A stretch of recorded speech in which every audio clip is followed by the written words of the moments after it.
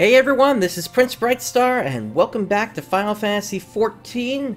We are returning to the A Realm Reborn content today so we can take a look at some of the dungeons that we missed on our first pass-through. We are going to log back onto the Sargatanas server today. Let's go ahead and hop in.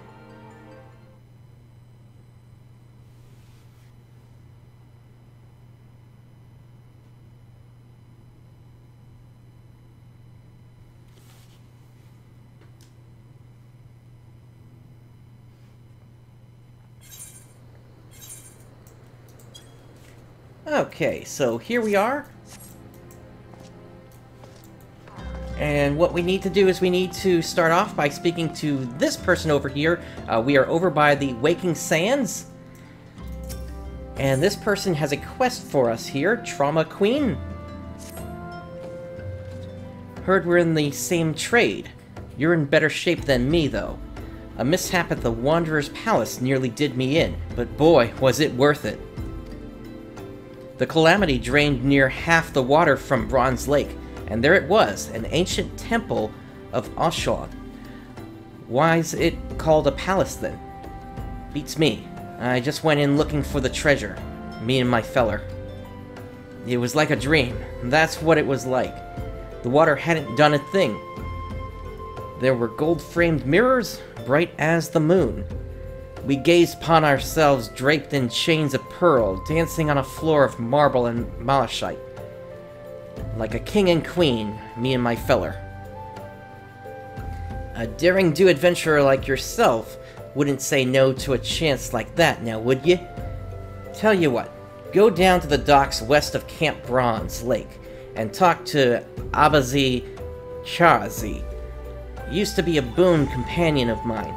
He'll ferry you to the place. Alright, so we need to make our way over to Bronze Lake. And that is going to be over here when we teleport.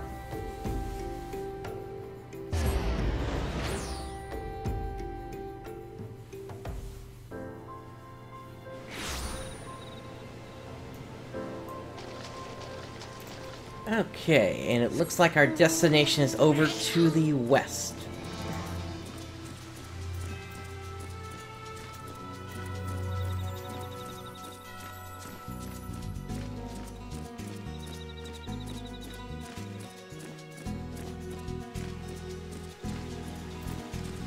Here we are. You're one of Alien's, aren't you? That one's got a ghost in her attic, you know? Keeps sending other adventurers to that damn place she calls a palace, thinking you're going to bring her feller back. 'Twas 7 of us that day, one of them her father. My best friend was another. Soon as we walked in, a Tonberry attacked.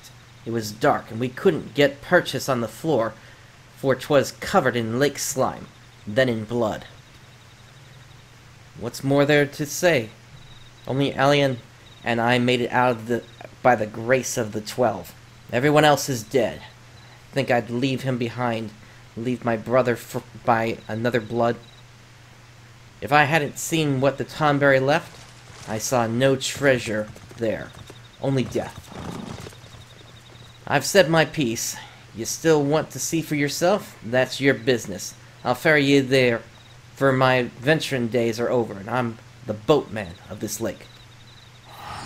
She thinks they all live. You see, all 5 of them hiding from the Tonberry somewhere in the palace.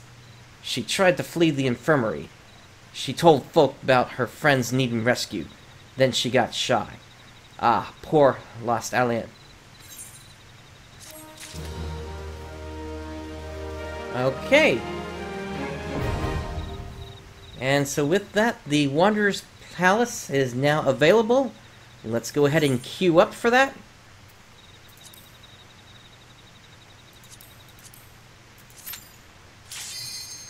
Alright, and here we go. Instant pop.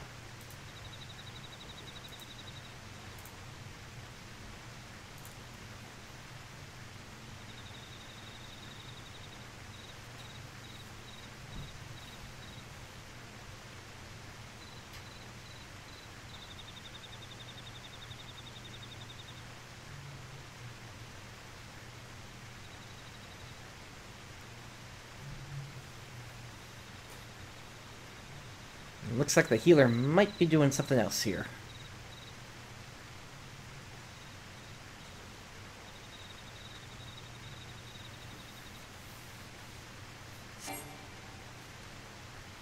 Okay.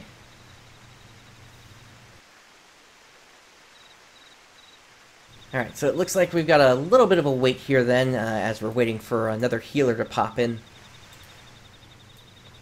Let's see if this guy has anything else to say. Don't you go coddling any ideas of gold and glory. Nothing hale will rise from that bed. The Wanderer's Palace is more a tomb than a trove.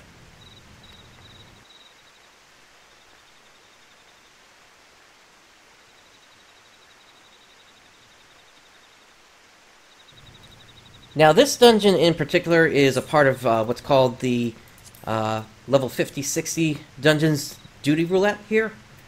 So it's possible that we're just waiting for other people to queue into there. Typically, most people are not going to queue directly into dungeons, especially when roulettes are available, since the roulettes will actually give you better rewards, as I've explained in the past here. So in this particular case, we would get Tomestones of Poetics as well as Verity. But that's not really important for what we're trying to do here. We're just trying to get through the dungeons here.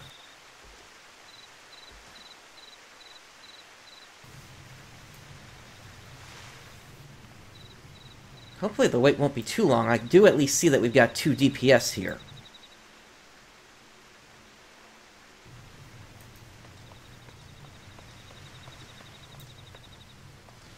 Now, we will be coming back here to this particular spot later on, because there are other dungeons related to this place.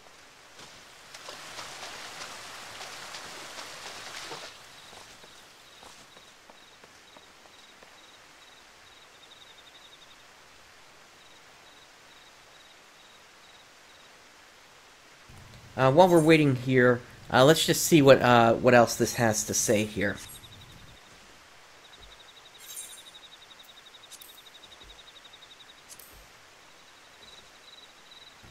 So, decades of kobold mining deep beneath Ogomoro gradually weakened Upper Lenosha to the point that when the calamity struck, the land surrounding Bronze Lake collapsed, draining its waters and revealing a palace of unparalleled beauty.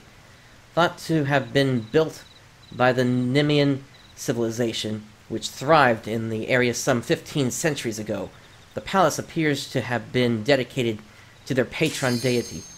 Okay, here we go.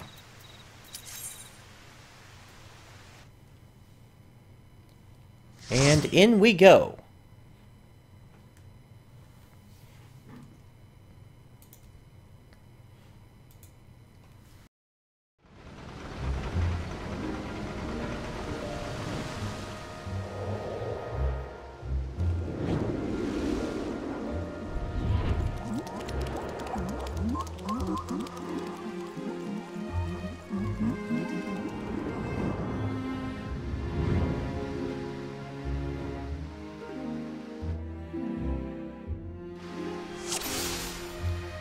Alright, let's go ahead and put our tank stance on, and let's get this going.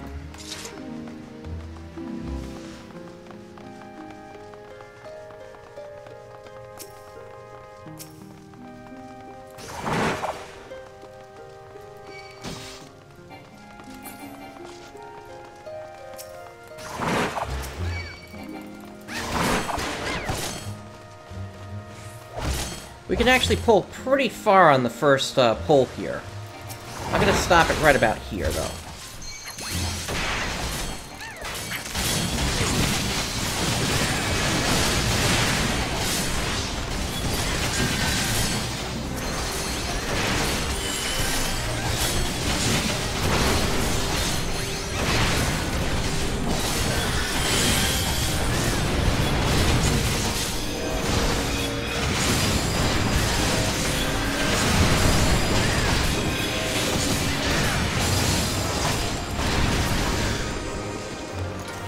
Some groups like to pull all the way to the end of the first door, but Typically, when I run this, I'll just take it to about there for the first pull, and then we'll then kind of go the rest of the way on a pull.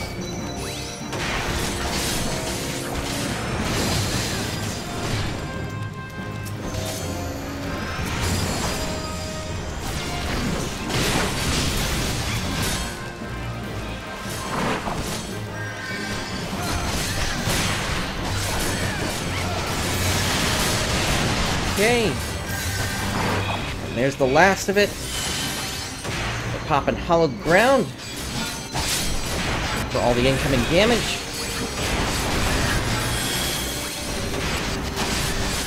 And now the Sentinel.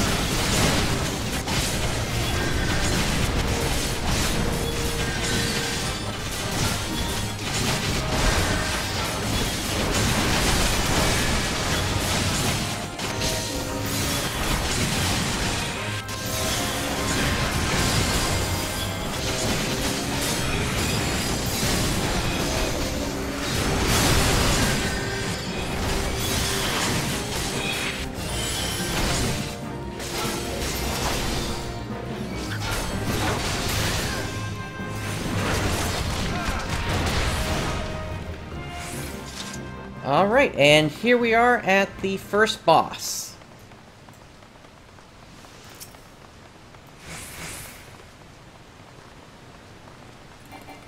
Let's go ahead and get this going.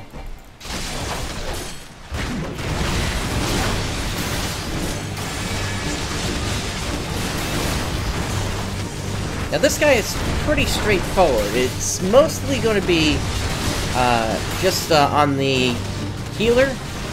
To make sure they keep assuming any debuffs that get on us, as well as just making sure that you stay out of AoEs. This was one of the very first endgame dungeons that came out in the game upon its release back after 1.0 had happened. So players were still very new at that point. They needed to essentially get to know how the game actually operated.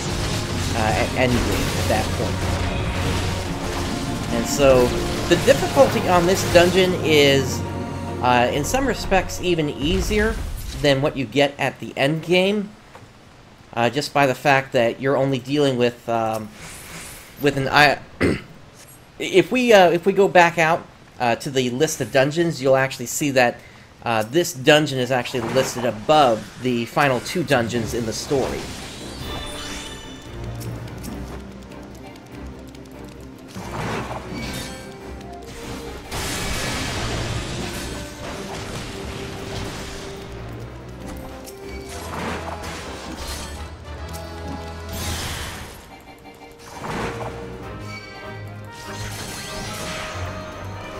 This group you can typically take right to the end without any real issues.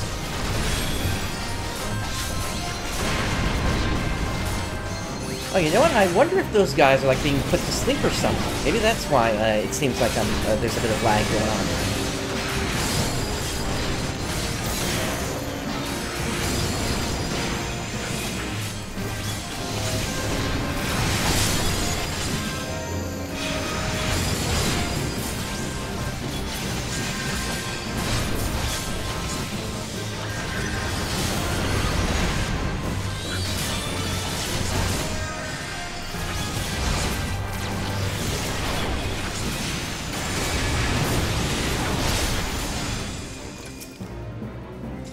Okay, for these switches we need to grab the lantern oil.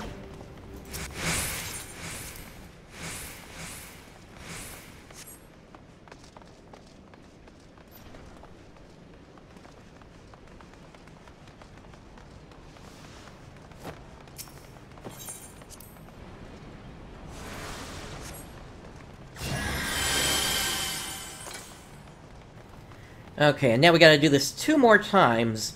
And we also have to watch out for these big tonberries there. Those guys are essentially so strong that we cannot even attack them. All we can do is try to avoid them.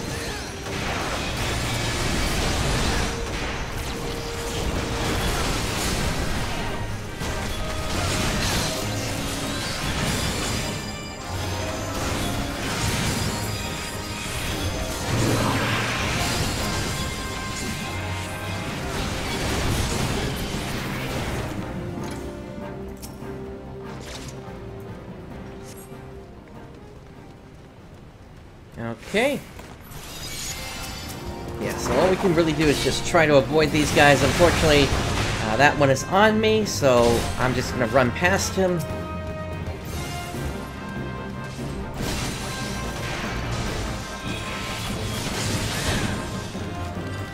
And now we've got another one over here, and this is gonna be a little trickier. What we're gonna do is we're gonna handle the battle over here. And now that guy over there, he's running for the switch. Or at least I thought he was.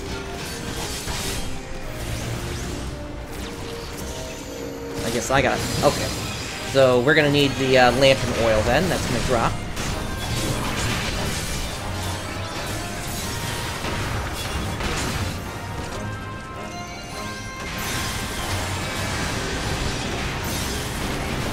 Now, when this first came out, this area was a bit more difficult, just by the fact that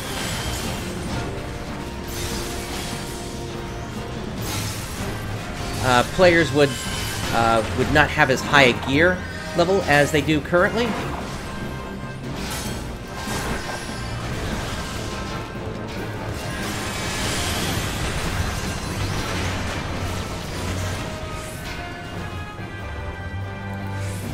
Everybody that walks into here right now is item level synced to 110, but when this first came out, there was basically just a minimum of, I believe it was 45 that you needed to get into here.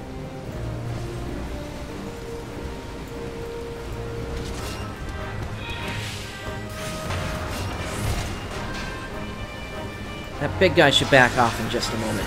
Yep, there he goes. Now we can finish these off. And so we're able to take these hits a bit better than players back then could.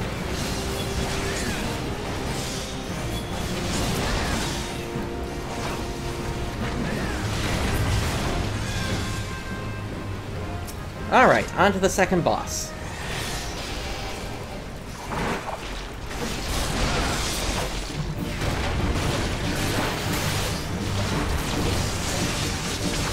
See, this guy summons a bunch of ads to help him out. So this one is a bit more on me to just make sure I'm keeping them all under control.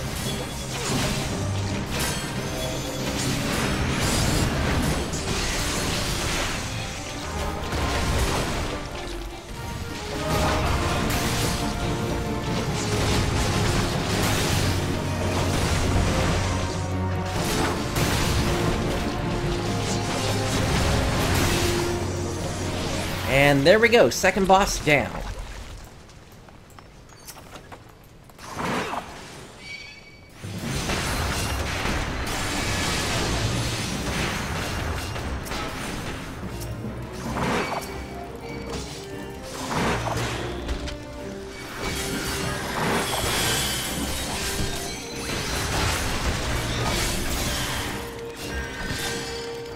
Okay, and this run we can also do all the way to the end here.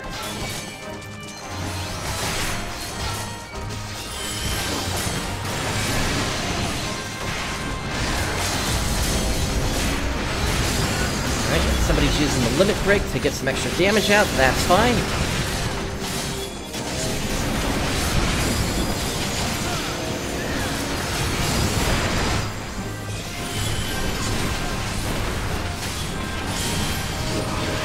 Pop Sentinel.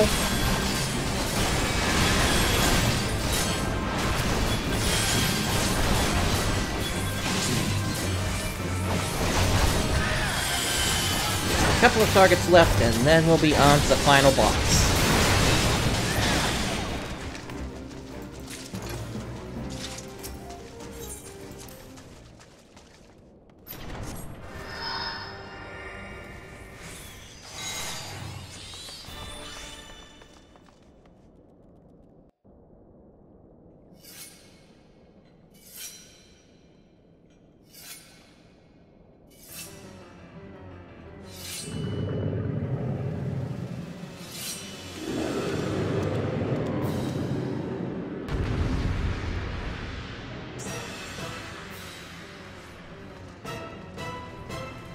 Well, apparently they don't care that I'm not able to get in there, then. Actually, it really doesn't even matter in this particular case. This guy is so easy that they're able to take him down without me.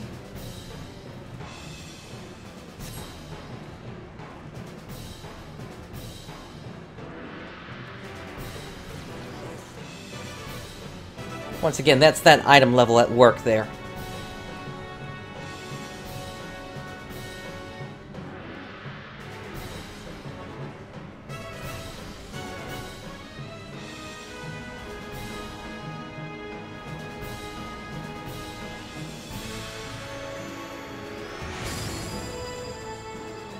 There really isn't too much to worry about in this fight.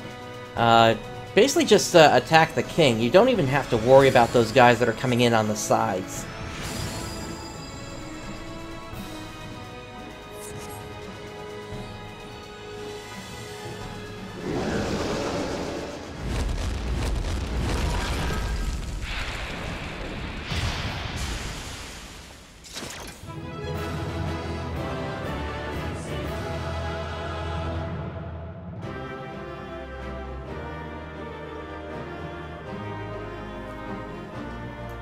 Alright, so with that done, let's get out of here.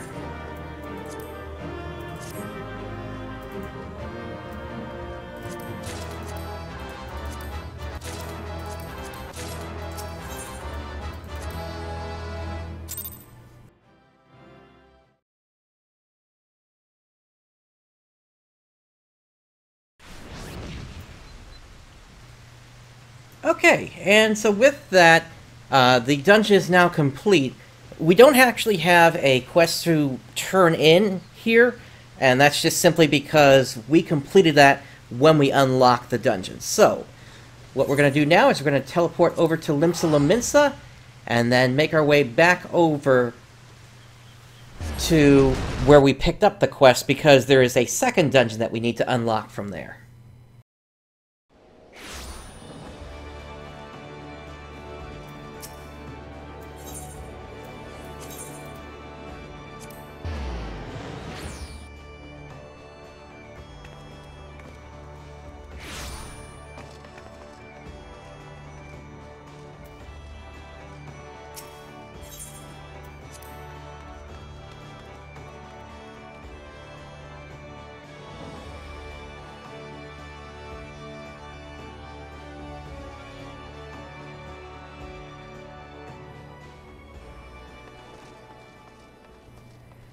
Alright, and the person we need to speak to for this one is Nedrick over here. I believe we've met him before, and he is giving us the quest Ghost of Amdapor. If you don't mind my saying, it seems to me you've been waiting for stimulation of late. Wanting for stimulation of late. The air of torpor about you is quite palpable. Adventurers are as next of kin to explorers, my friend. Like us, you need regular doses of excitement, else you're like to shrivel up and die. I would hate to see that happen to you, so I will tell you of a place that will surely set your heart to racing. Amdapor Keep. 'Tis a ruined fortress situated in the South Shroud, dating back to the 5th Astral Era. If the thought of delving into the past sets your loins afire, the keep will surely serve to quench it.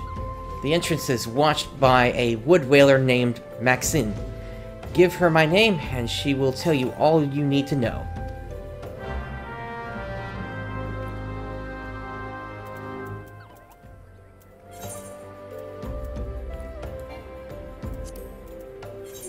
Okay, so, to the Black Shroud, and we are going to teleport over to Quarry Mill.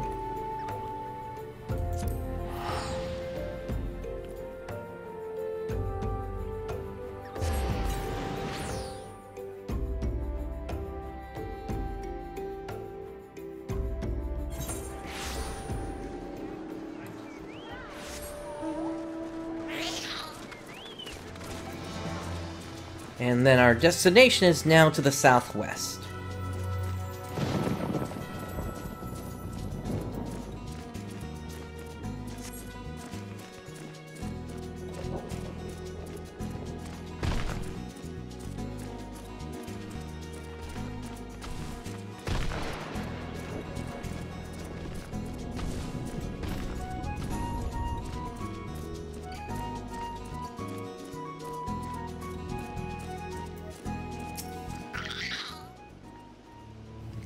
Here at Nedric's recommendation, then you must not be without skill.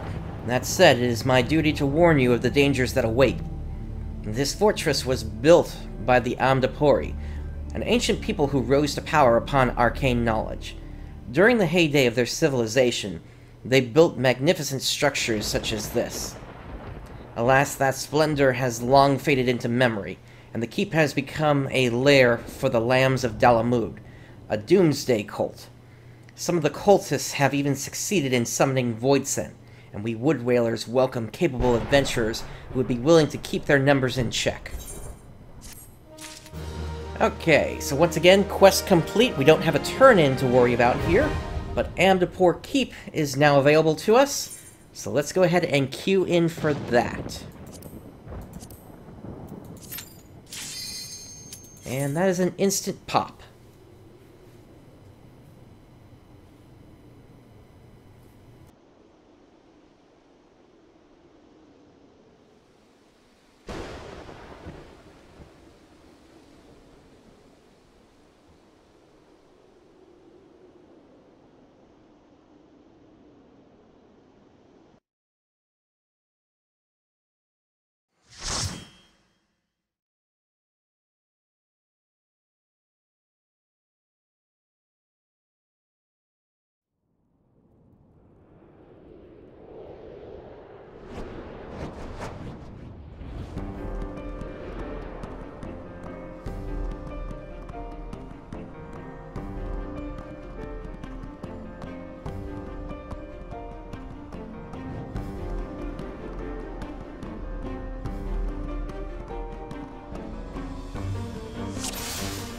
Alright, here we go.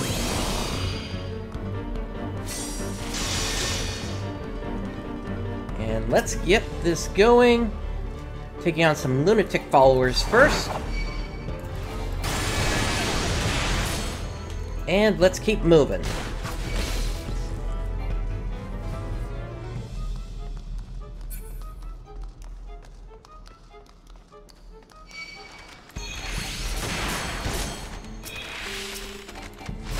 Once again, this is a place with a pretty low item level requirement, so we're able to pull the first group pretty far here.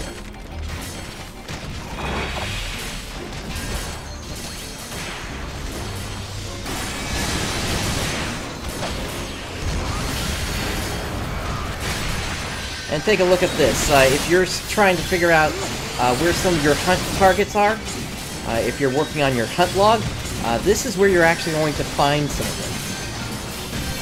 Now that is a feature that, after the initial release of A Realm Reborn, they never updated, so you're not going to see many beyond the first few dungeons for that.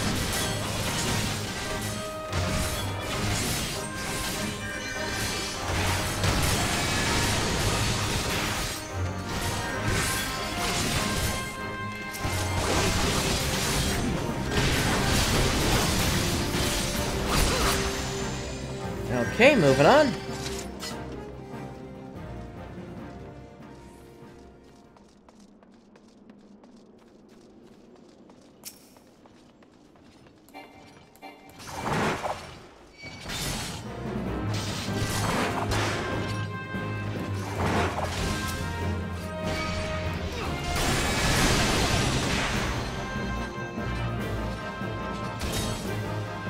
And now this group we can pretty much take to that gate over there, because that's going to be where we're headed.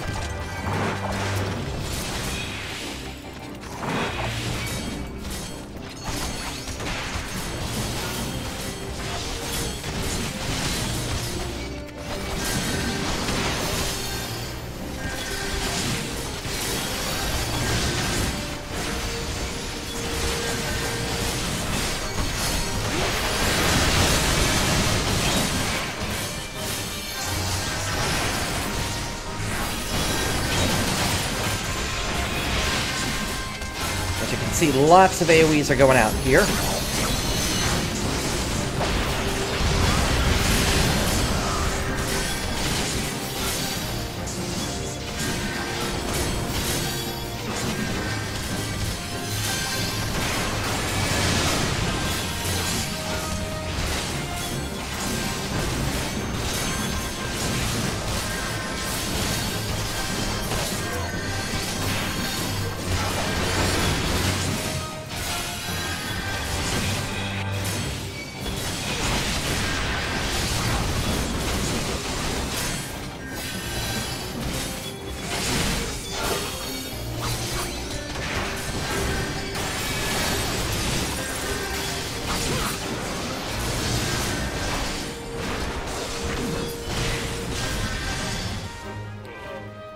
Alright, and on to the first boss.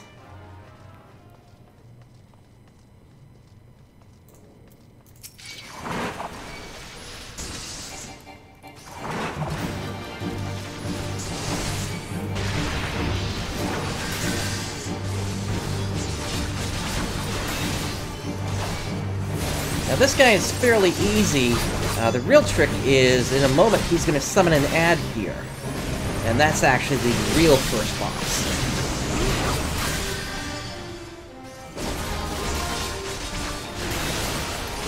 And it's not something that I can just simply stun.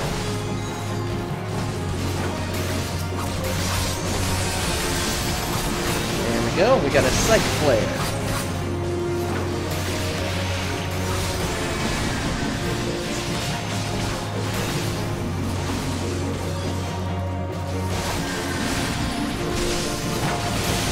Now in a moment, he's going to summon his own ads as well. But all we have to do is just finish him off and then we'll be good.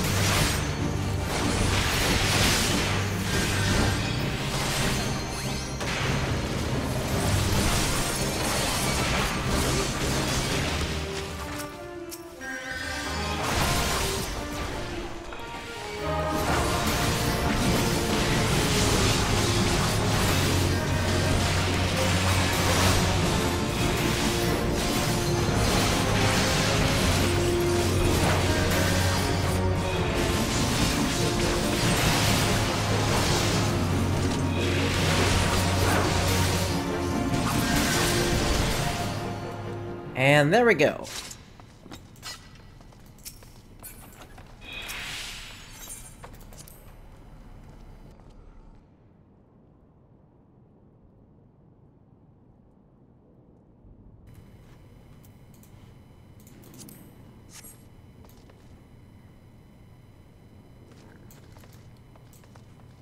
Okay, up next, we're just going to keep pressing forward.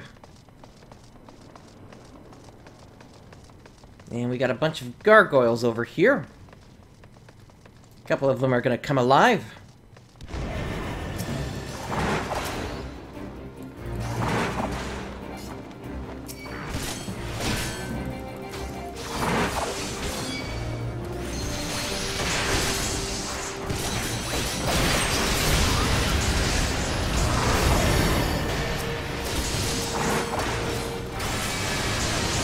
This should be a good stopping point for now.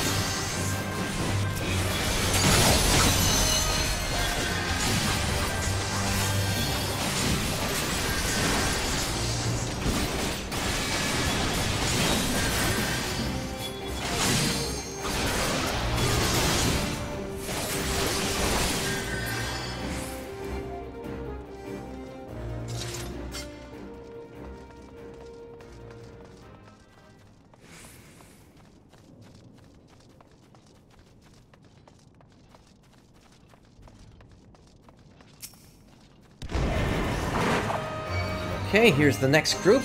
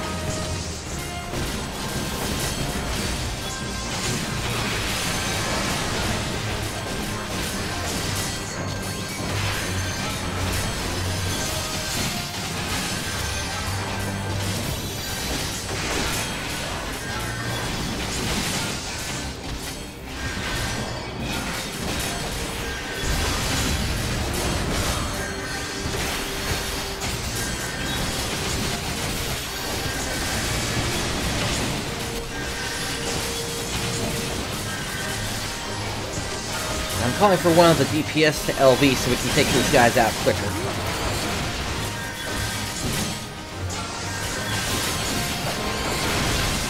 Oh, actually, we don't even have anybody that can do the AoE.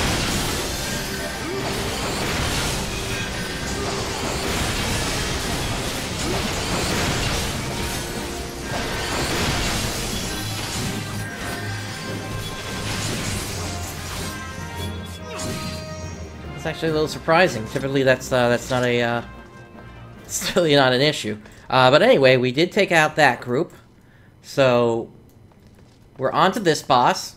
One thing about this boss, you don't want to be too far over to the side, because he will be able to knock you off the edge.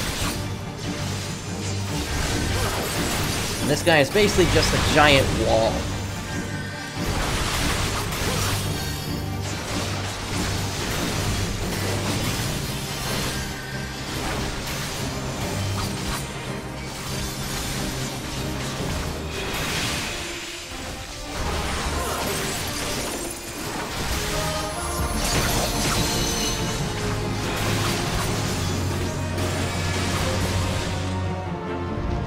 So yeah, that repel attack there, that's basically what can knock you off the edge.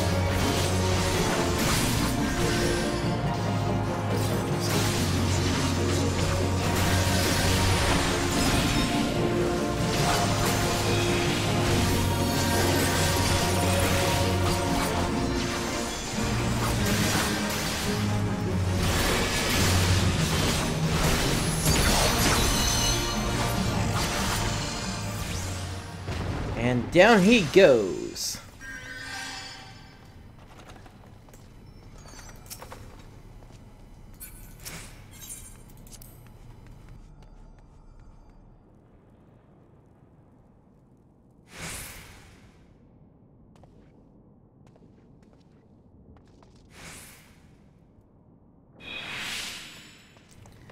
Okay, so we got one more long run until we get to the end of this dungeon.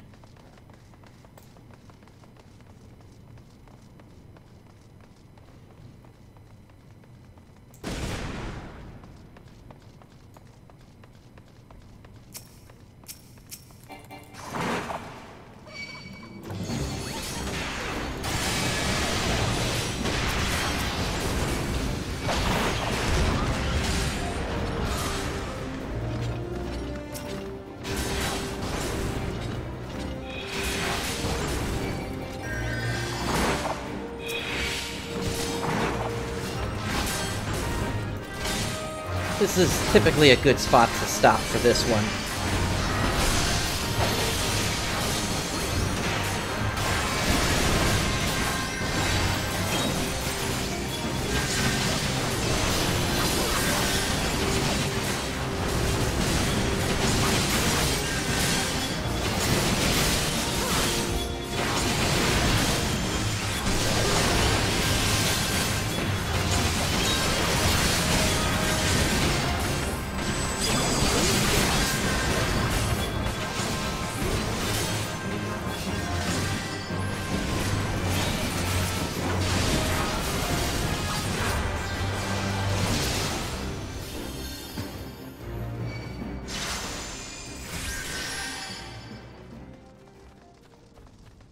Okay, and now let's finish up the last of the run.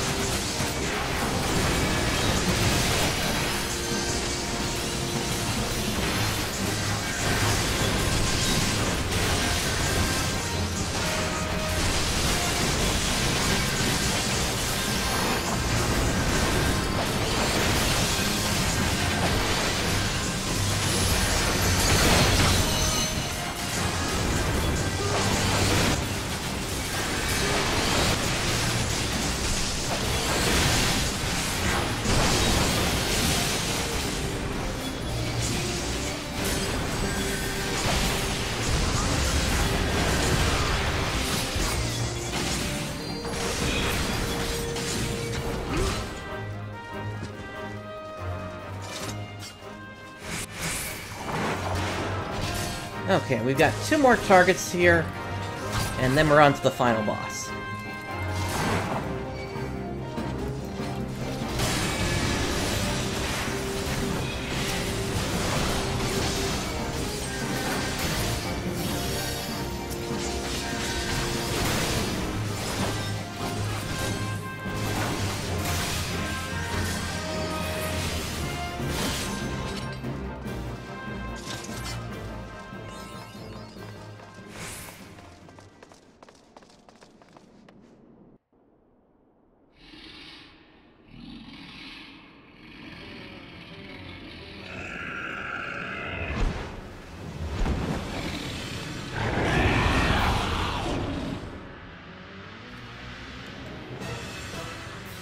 Alright, here we go.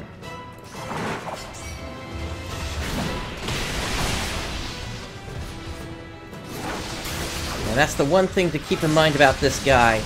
You actually want to keep him kind of turned like this, so that way his tail isn't going to keep doing the that white swipe that it does.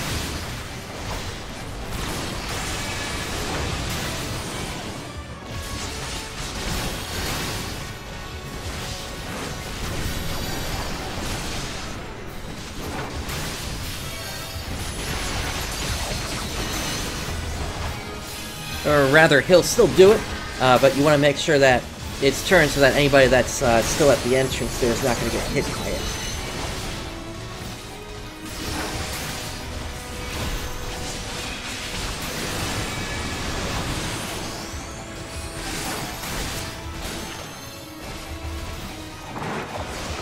Alright, we got an ad up.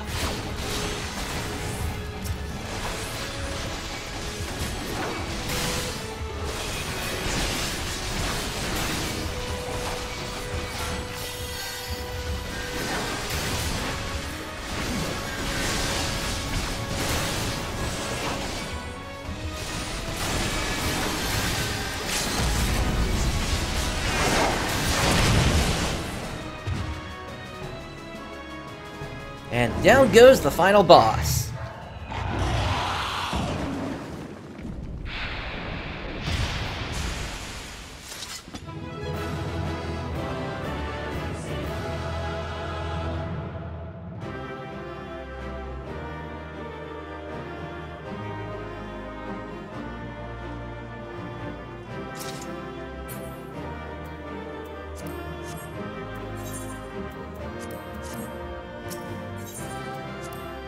Alright, let's get out of here.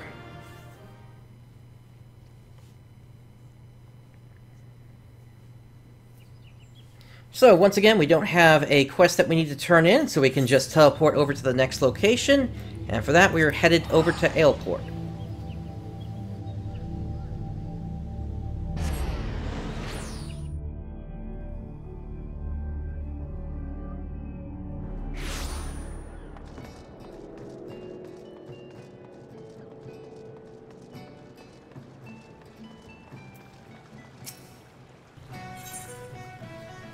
Okay, so serious business. My first genuine assignment under Master Mimidoa, and now this. Whatever did I do to deserve such a fate? Oh, but where are my manners? I am Diamanada, a smith recently in the employ of Naudik and Vimeles. I arrived in these parts not a few days past to assist in the restoration of Pharos Sirius. Little did I expect my arrival to be greeted by that god-forsaken song. A song I thought confined to my worst nightmares. Yes, I speak of the grim serenade of the foul sea that lured my poor father into a watery demise so many years ago. So I stand here with idle hands, powerless to avenge his death, powerless to repay my debt to Master Mimidoa. Once my father's mentor, as he is now, is mine. The agony of it all. If only my brother were here, he would see to it that... But alas, my brother remains lost at sea. You're an adventurer, are you not? Perhaps if you were to defeat the Siren. Yes, you must. If not for me, then for all the sailors who seek safe passage across threatening seas. seek out Master Mimidoa at the pier. You'll find him gazing grimly in the direction of Pharos Sirius, lamenting our fate.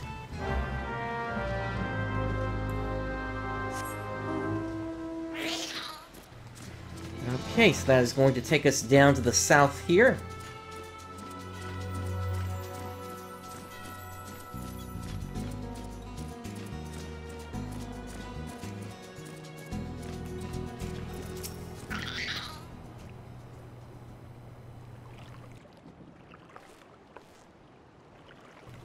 Eh? Another initiate, are you? No? Huh? Ain't no one says yes to that. You have a familiar face, though. Come to think of it, you bear a striking resemblance to a brave lad I once met. Helped us chase one of those goddamn sirens from Pharos Sirius, he did. What's that you say? Speak up, son. Use a hammer and have taken their toll on my ears. Any road, you may not be half the hero your predecessor was, but you know the saying, any port in a storm.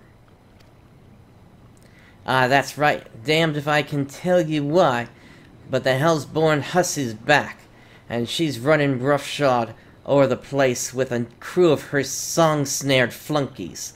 Me and Diamanda, we've not to do but sit on our arses till someone cleans the place out. Look, this is more than a reclamation project to me and the lass. That scurvy which killed her father, one of me prize students. I swore a vow to myself to do his name proud and restore the beacon. But these hands were made for hammering, not scuffling with sirens. What say you follow in your forebear's footsteps and fight this one for old Mimidoa? I'll send word to David, the guard at the lighthouse. He'll tell you all you need to know. So if you don't happen to recall, back as we were going through the story, we actually encountered a siren that we had to take care of. And so now that siren is once again back, and we have to take care of it once again here. So we're headed to the Isles of Umbra.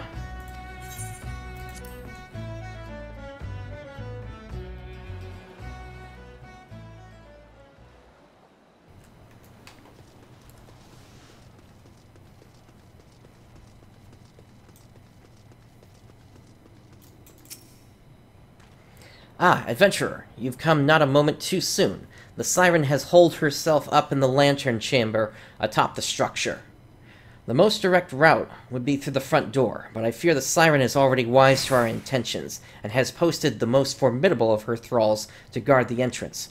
Our only hope to breach our foe's defenses is to attack from below, through the flood cellar. If you cannot win this battle for us, I know not who can. Go forth, friend. That Pharos Sirius may shine bright anew. Okay, and once again, quest complete. And the dungeon Pharos Sirius is now available.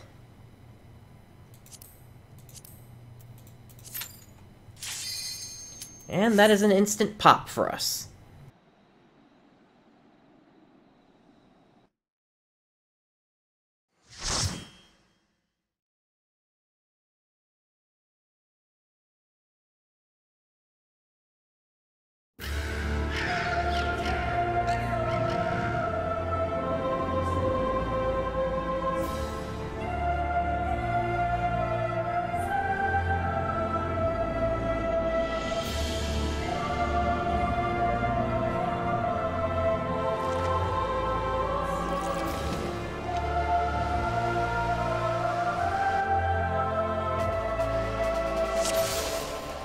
Alright, and here we go. Now, unlike other dungeons, this one in particular, I am going to be taking a little slowly at the start here. I'm just going to call for Protect real quick here.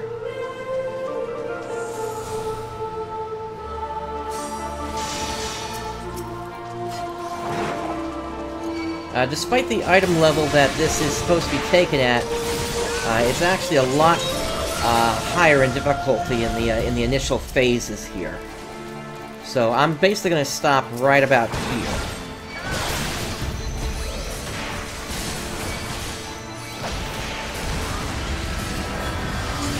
Once we actually get going and get past the first boss, then I should be able to pick up the speed a little bit.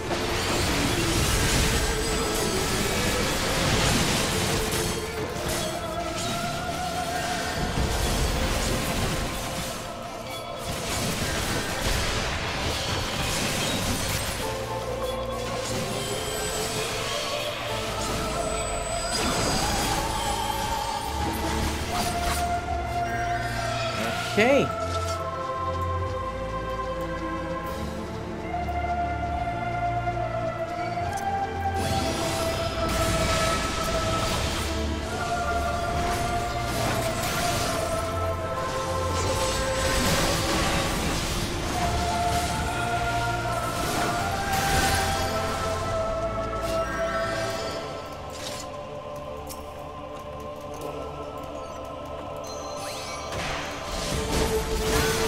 A little early there. Those guys do take a moment to actually pop up off the ground.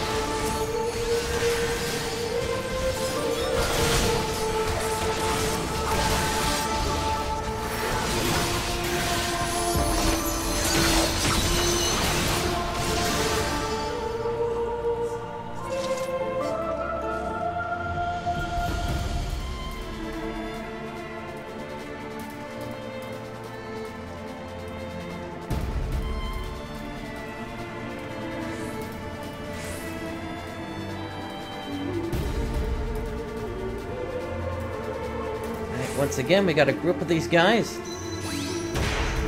Early again.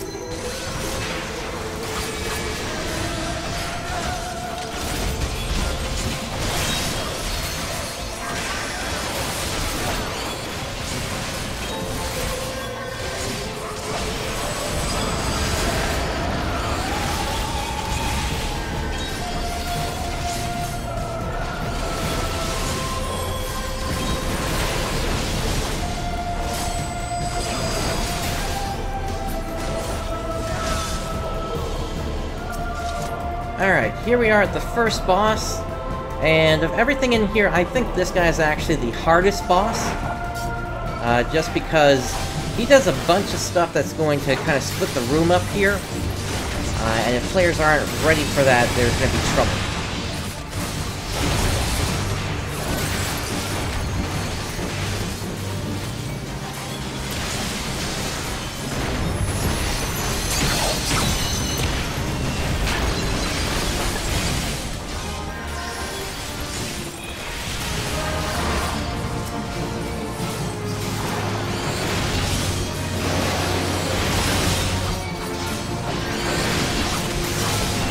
I'm topping my hollow ground at this point. Yeah, see that there? Everybody just went down. Now I can at least get back over here and try to pick all these guys up.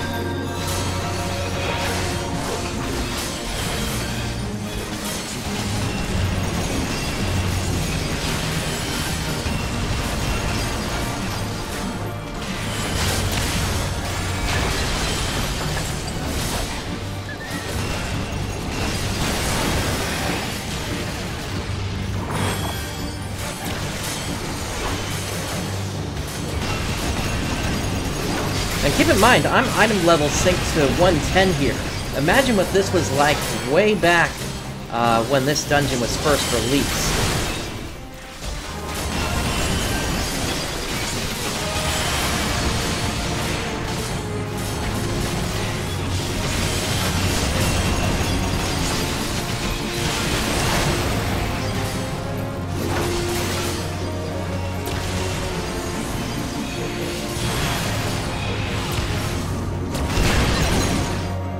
Unfortunately, I don't have any of my healing abilities, so there wasn't anything that I could do.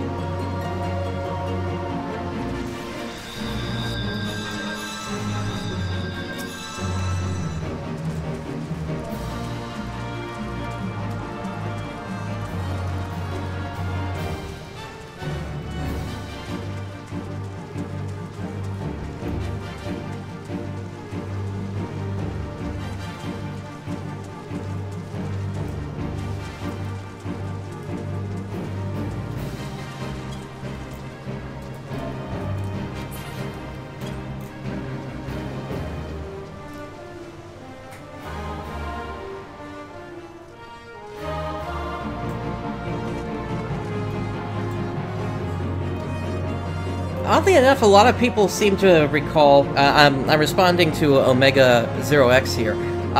From what I understand, a lot of people actually enjoyed this dungeon regardless.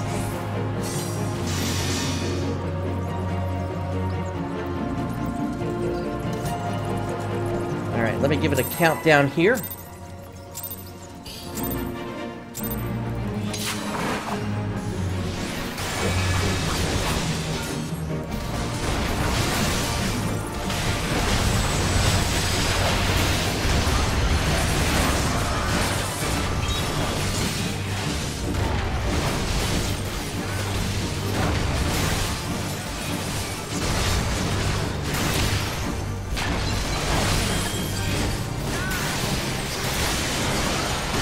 Pull him out of that.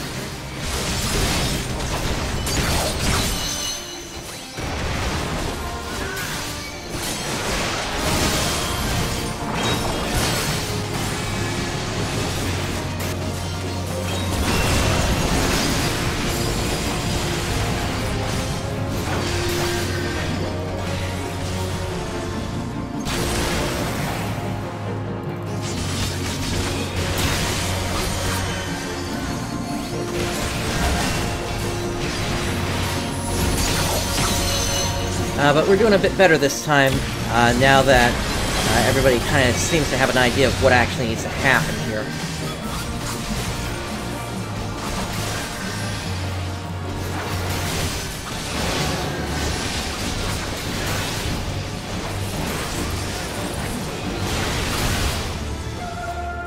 There we go.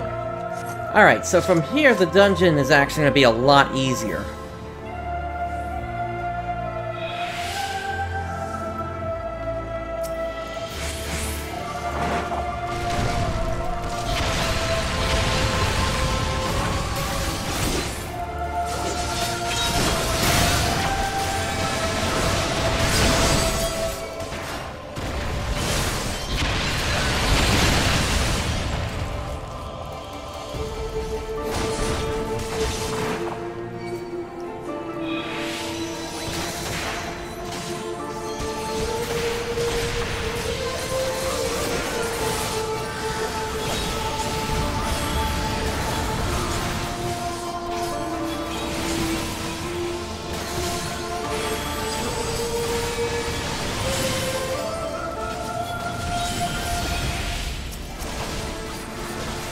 Hey, Ads. Glad you could join today.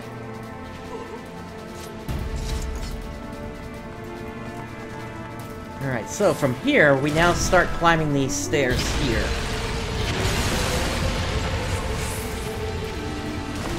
Now, those Aether detonations, you really don't have to worry about them. They do minimal damage to you.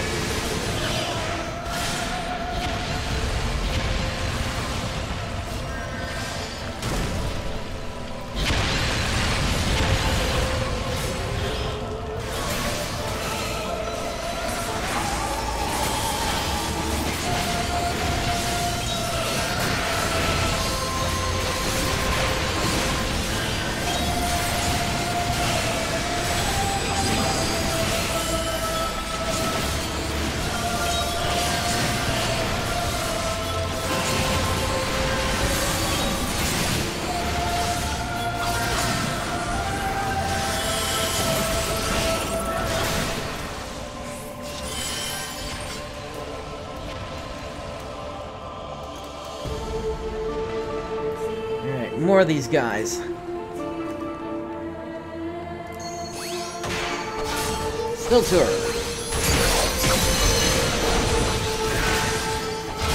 It's like there's that small delay after they get up, before they actually become attackable.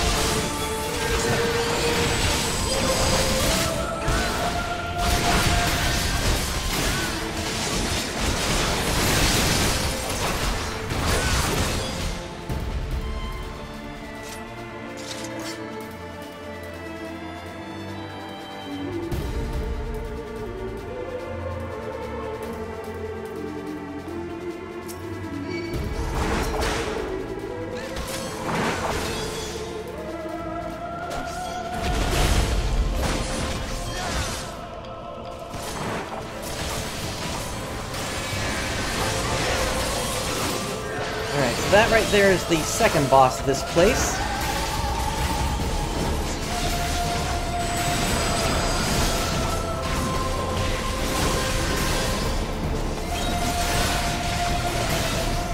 This dungeon is Pharos Sirius.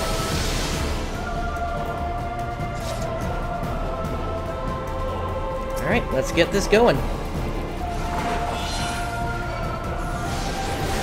Alright, so, this guy has a bunch of eggs here. If at all possible, we do not want to attack them.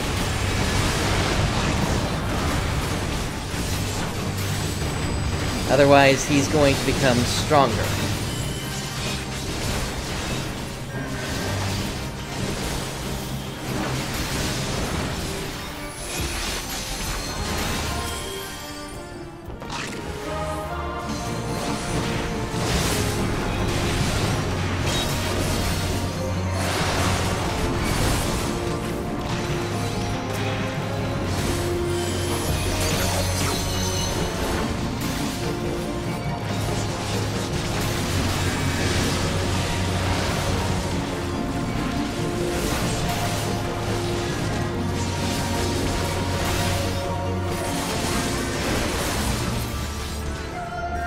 And there we go, second boss down. So that boss is more about balancing how many of her children you've killed versus how many are still alive, to make sure you have enough strength to basically make it to the end of the fight. Or at least that's what it would have been like when this content first came out. Alright, so these aether valves, we gotta close these.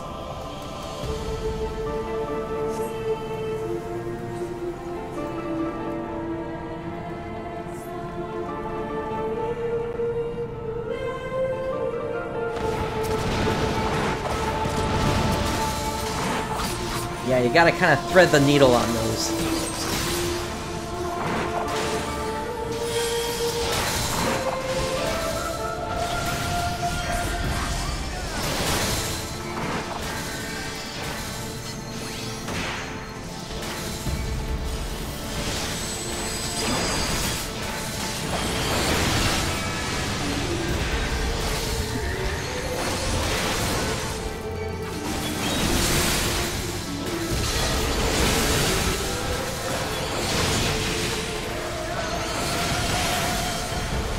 Sure what took out the samurai there.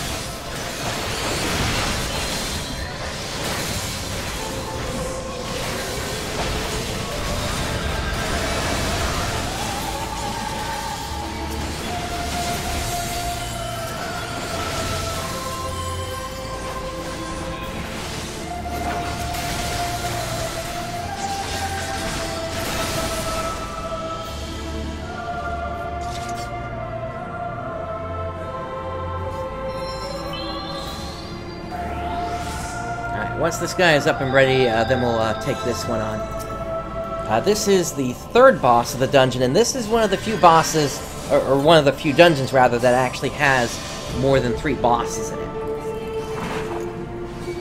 But this guy is really, really simple.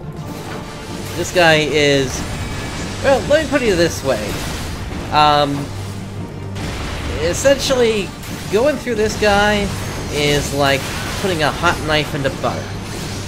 He basically just goes down. You don't even have to worry. Just like that.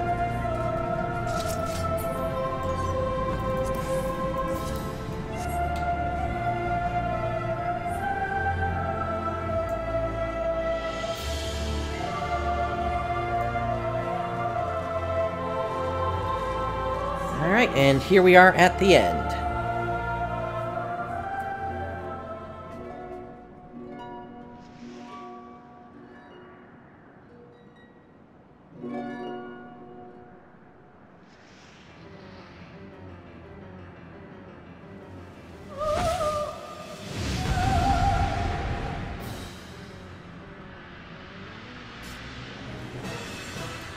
Alright, let's get this going against the Siren.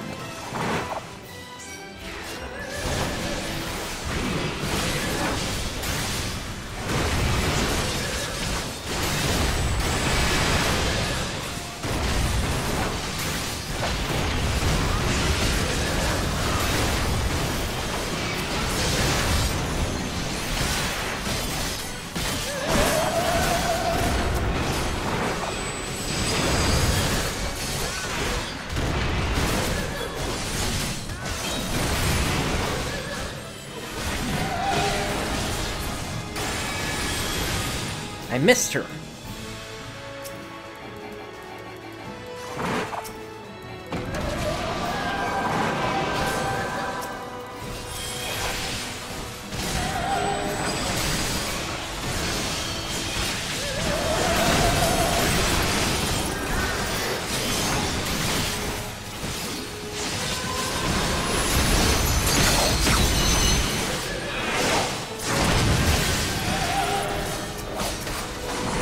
As you can see, each time she's using one of her songs, she's applying a different debuff to us here.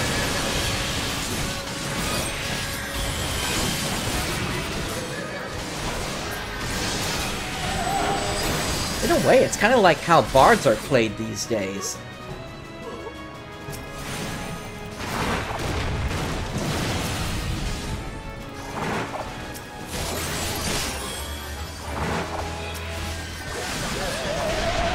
And down goes the siren.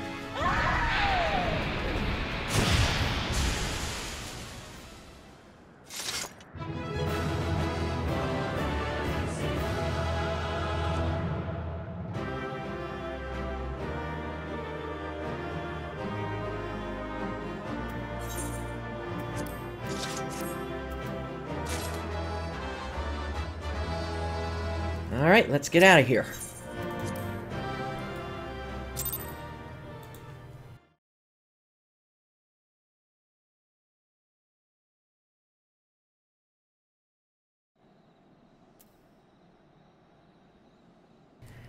Okay, and so with that done, let's move on to the next dungeon. For that, we're going to pick it up from Mordona.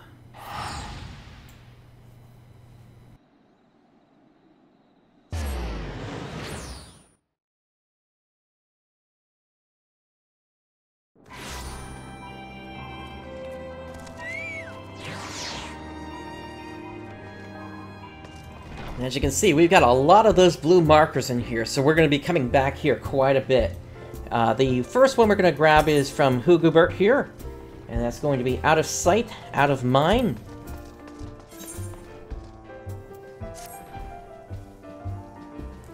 I've seen more and more visitors to this godforsaken place lately. Most of them battle-hardened types seeking a worthy test of their mettle. I trust that I might count you among them. Look, you didn't hear this from me, but word has it that Copperbell Mines are looking not unlike the 8th Hell in recent days.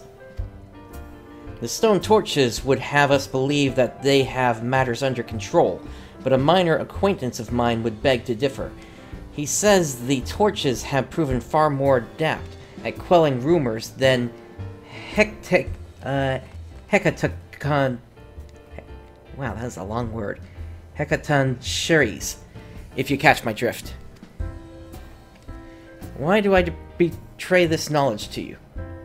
I fear for my friend's life, and mine own as well, should these hulking monstrosities break free to the surface. If it's a challenge you seek, what you say accidentally find your way to Copperbell and proffer your services.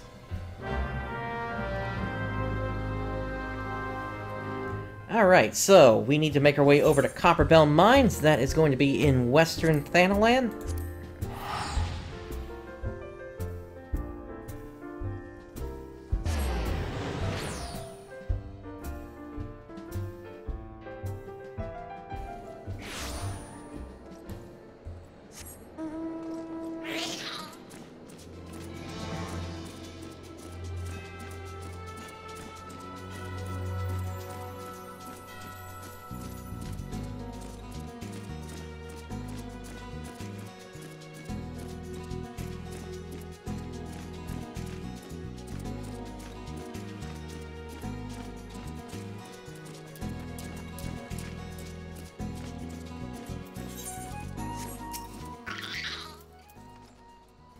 An adventurer. Baseless rumors notwithstanding, I can assure you that your meager talents are not needed here. No Hekaton have returned to the mines, and even if they had, the stone torches would be seeing to the threat swiftly and ably, as is our wont. I know not what you just heard, but it was most certainly not the tortured scream of some unfortunate miner being consigned to the maw of a bloodthirsty giant birthed from the god-forsaken depths. Ah, seven hells. It's true, all of it. We thought we'd seen the last of them, but we were wrong. Horribly, dreadfully wrong. Let down our guard, we did, and now Copperbell is overrun with a damned legion of the fiends, each one nastier than the last. We've already lost scores of our men to the chaos. The few that have returned alive claim that even the once docile Spriggans have gone mad, falling upon the poor miners in droves. So much for being harbingers of wealth and fortune, eh? The stone torches are loath to lean on the strength of outsiders, but I cannot in good conscience place full pride before the lives of good men any longer. You reclaimed these mines once. The torches, nay, the entire nation of Ul'dah, would be forever in your debt if you could perform the deed again. I beg of you, friend, banish those fiends to the depth, that they may never resurface.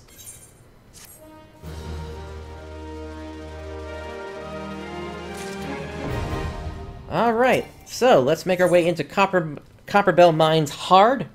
Now, even though it has this hard designation here, that doesn't mean that it's just a rehash of the same dungeon.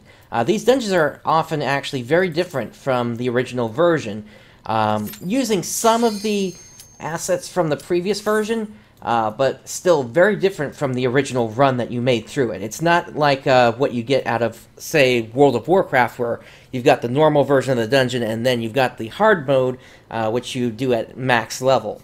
But it's essentially the same dungeon. This is a very different version of the dungeon.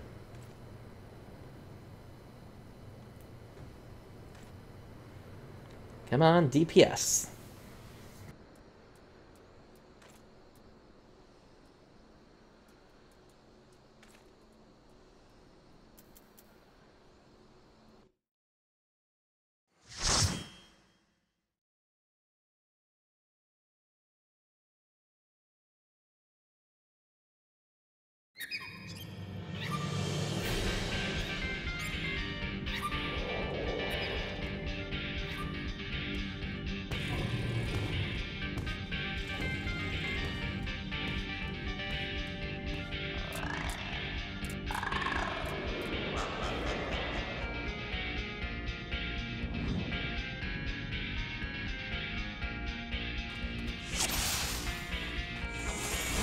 Alright, let's pop on our shield oath, and let's get this going.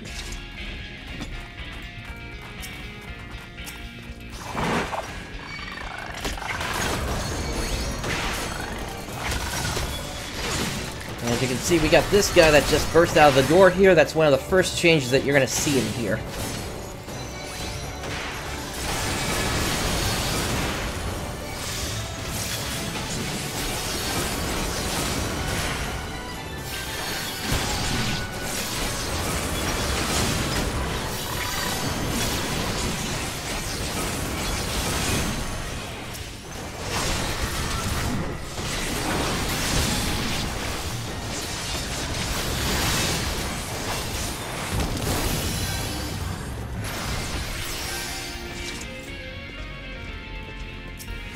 Alright, let's make our way down.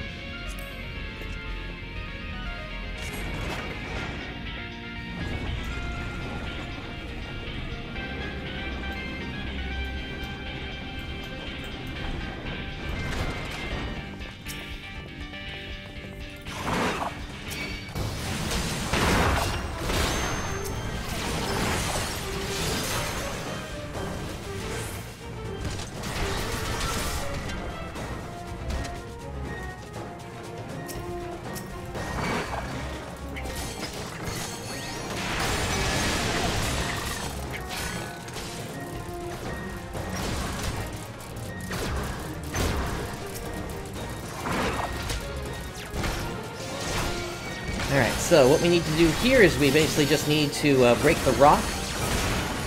And we're going to have these ads coming in every now and then.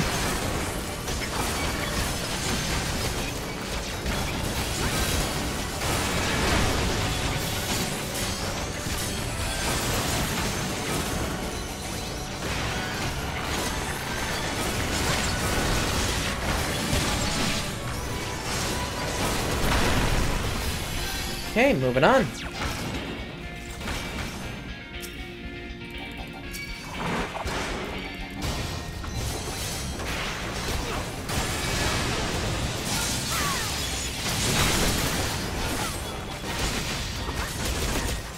Okay.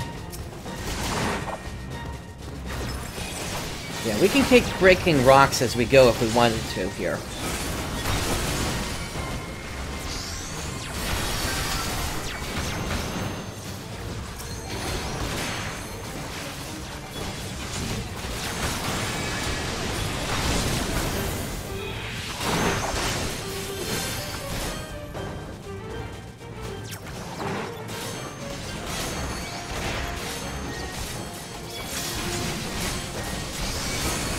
Big collection of them at this point, so we're going to stop here.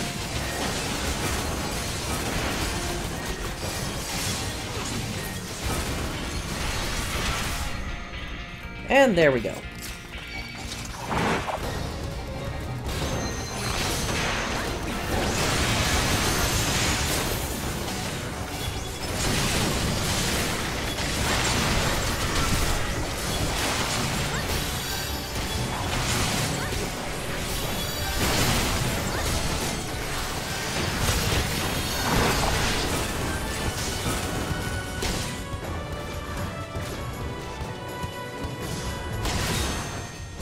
Now, you might remember that we already had to blast that spot open in the last run.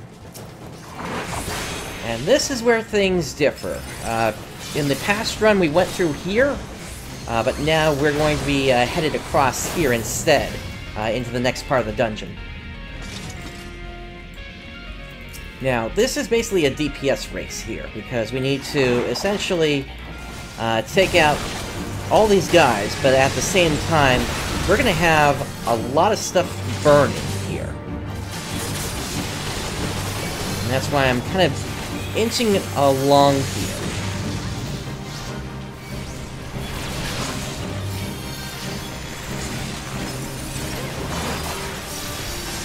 Because as we go, he's going to burn more and more of this bridge.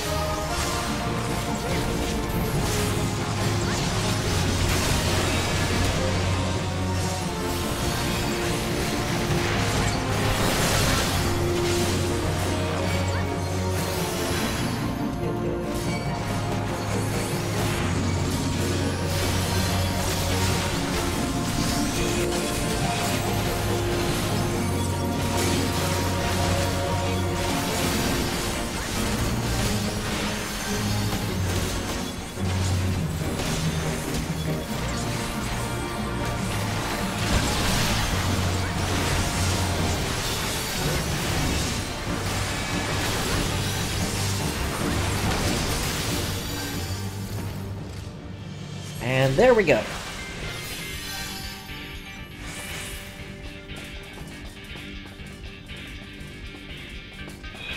Alright, so for the next part of this, there's no elevator here, so all we can do is basically just drop down. Alright, so we've got these miners here. They're going to try to help us break open the rock over here.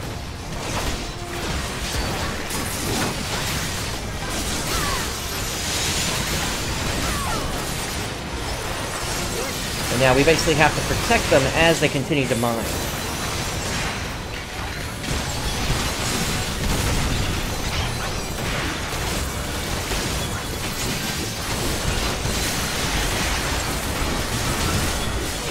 Fortunately, there's not a lot of room in here for the camera.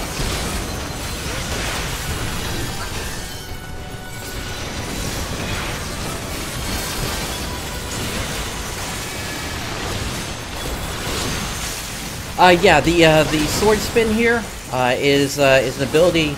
It's called Total Eclipse. It was released with Stormblood, but you get it at like level, what is it? Level 46 on a paladin.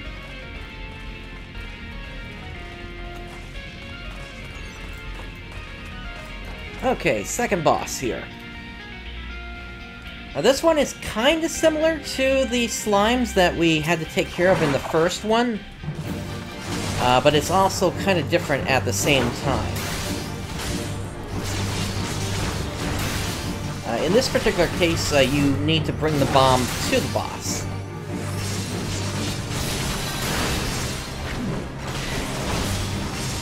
And then you just get out of there.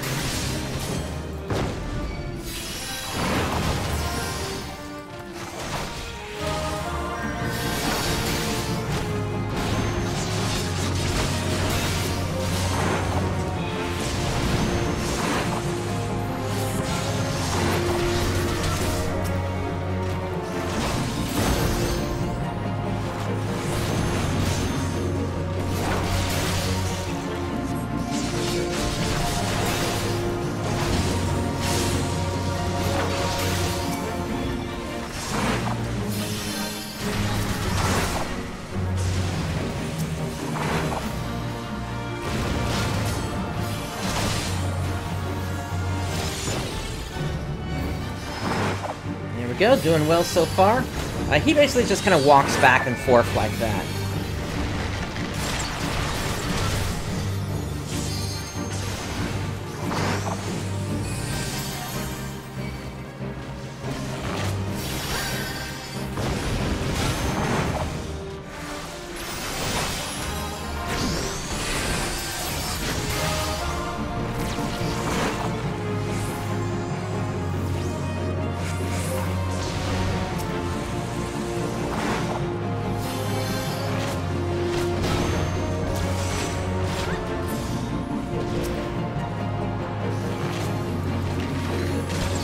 He's almost done for. One more bomb should do the trick.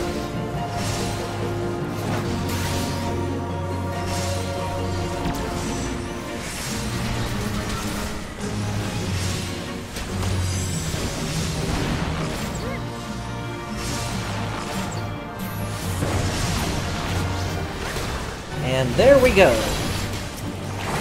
Just gotta take care of these sprites here now. And don't even worry about Big Z over there.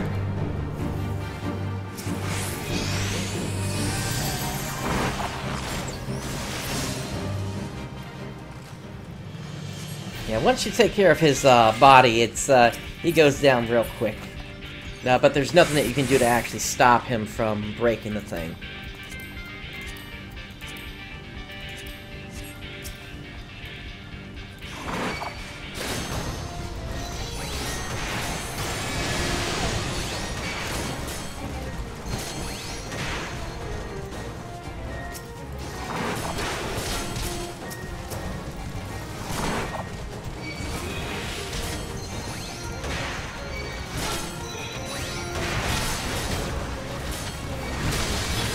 Hollow ground.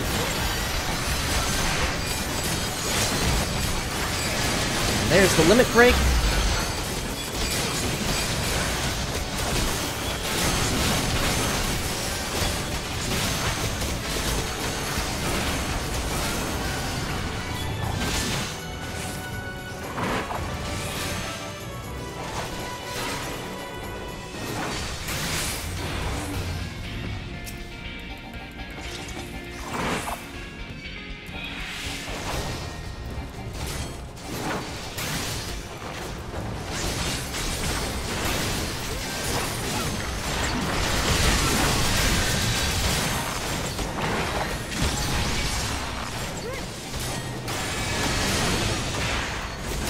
All these rocks in here, it's hard to find a good angle for the camera.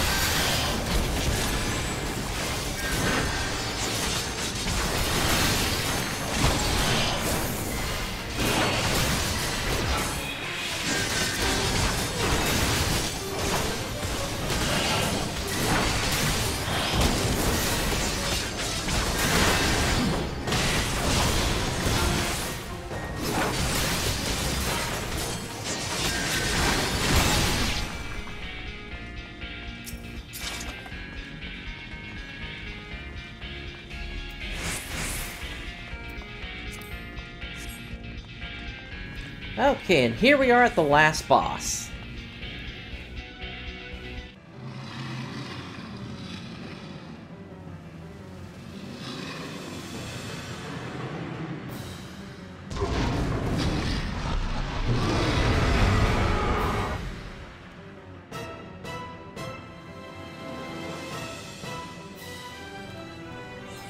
Now the trick with this one is he's going to summon a worm that basically needs to be fed every now and then.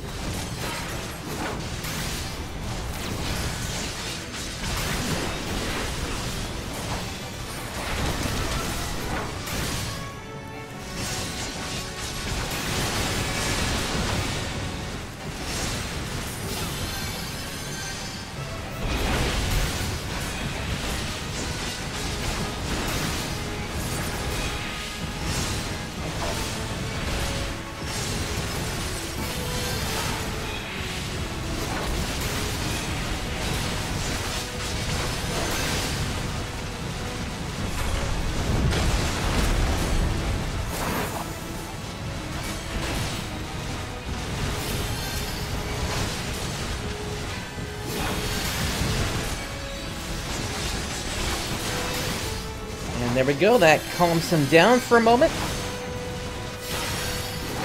If you don't do that, he does a big AoE that does a ton of damage. Speaking of which, Eos just got knocked away.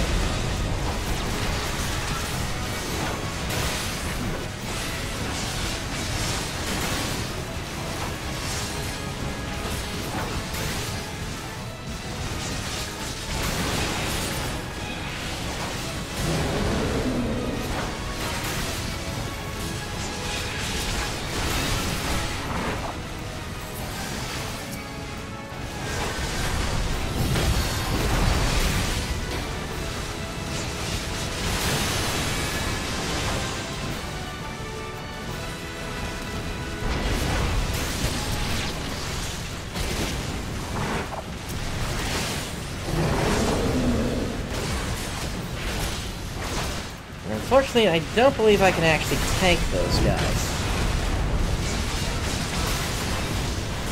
Yeah, there's that big AoE I was talking about.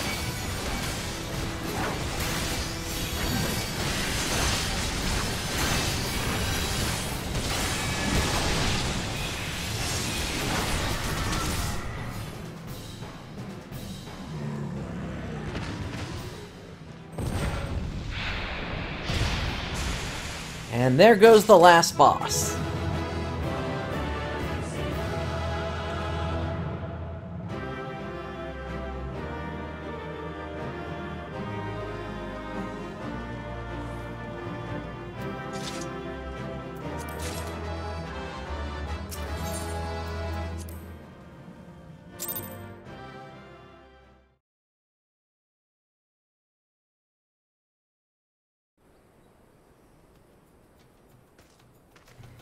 Okay, with that done, let's make our way back over to Mordona.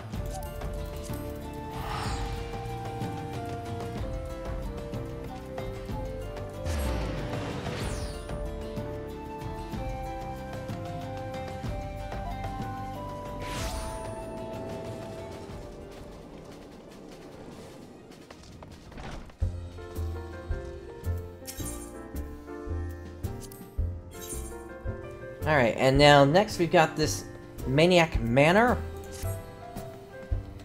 Ah, forgive me, friend. A most chilling encounter has my nerves on edge. I was traveling through the shroud when a man accosted me out of nowhere, his eyes darting wildly in fear. He spoke of a haunted mansion from which the tortured screams of young maidens can be heard day and night. Haukke Manor, was it? Ah, Haukke Manor, yes. What's that? You purged the self-same manse of its unholy inhabitants some time ago? That is curious indeed. The man recounted the events as if they had happened not days ago. Well, it would put my heart at ease to know his tale was but a fancy born of few too many flagons of me. The poor soul had not the air of a drunk or a liar. Perhaps you know someone who could shed light on the matter?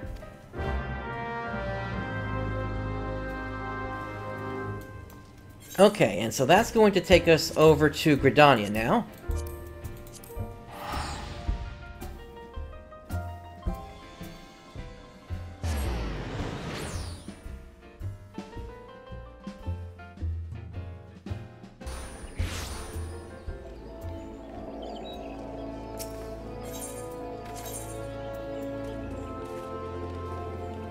And the Miketos Amphitheater should get us close to where we need to go.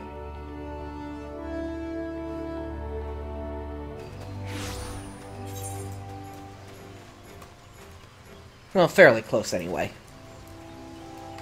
But yeah, we're headed all the way up to the north here.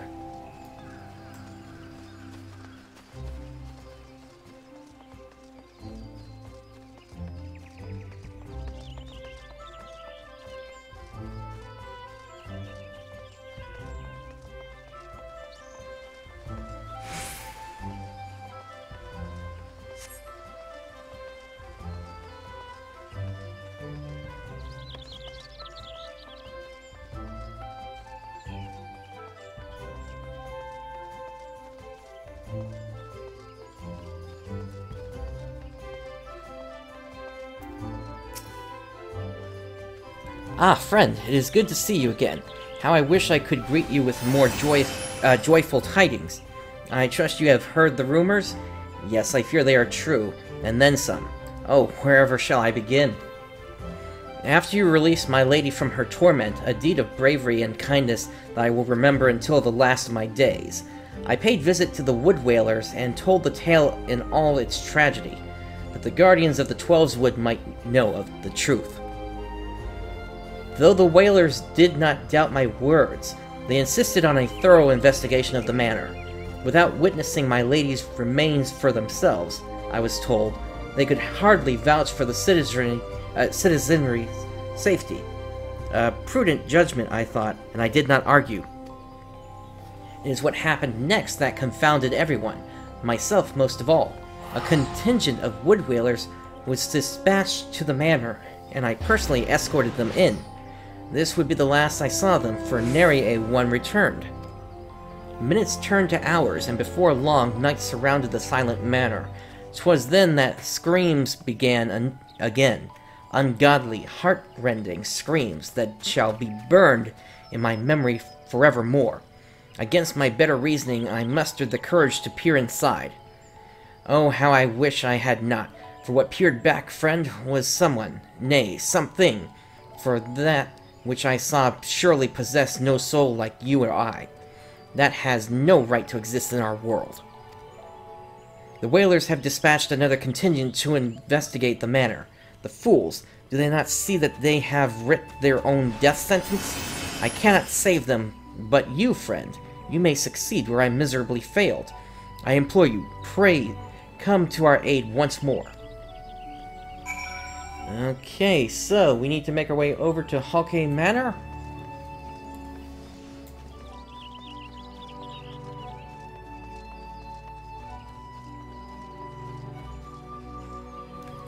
And actually, the quickest way to do that is actually through Fall or Float, there.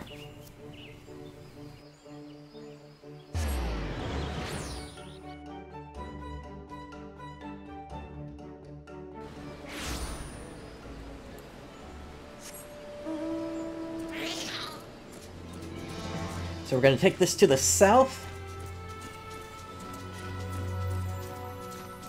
And then into the Central Shroud Zone.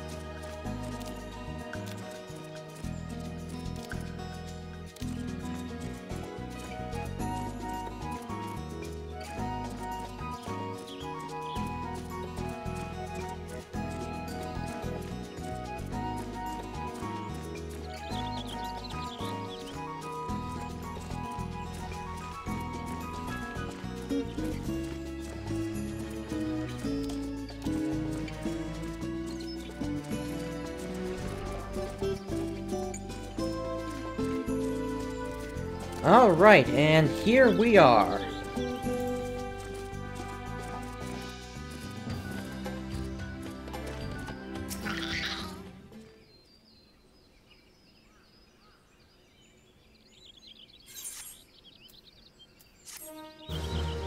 Alright, quest complete. Alright, we can probably do one more dungeon here and then we're gonna have to repair again. So, Haukke Manor hard.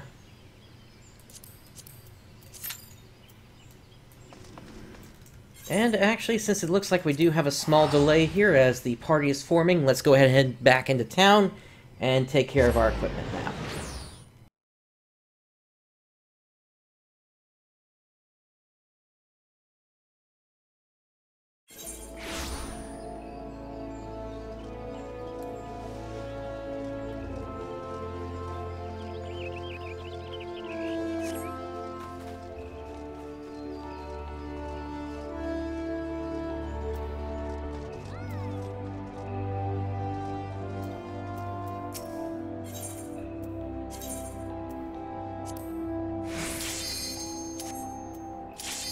Okay, there's the pop.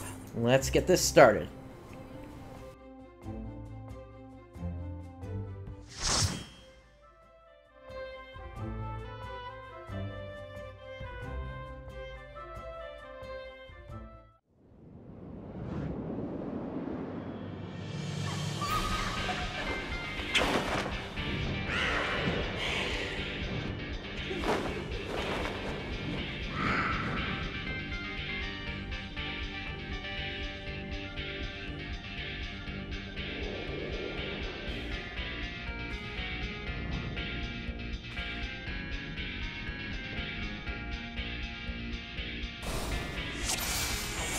Alright, shield goes on.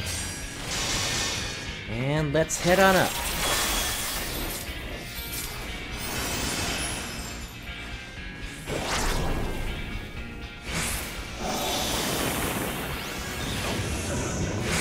Now that person's done for.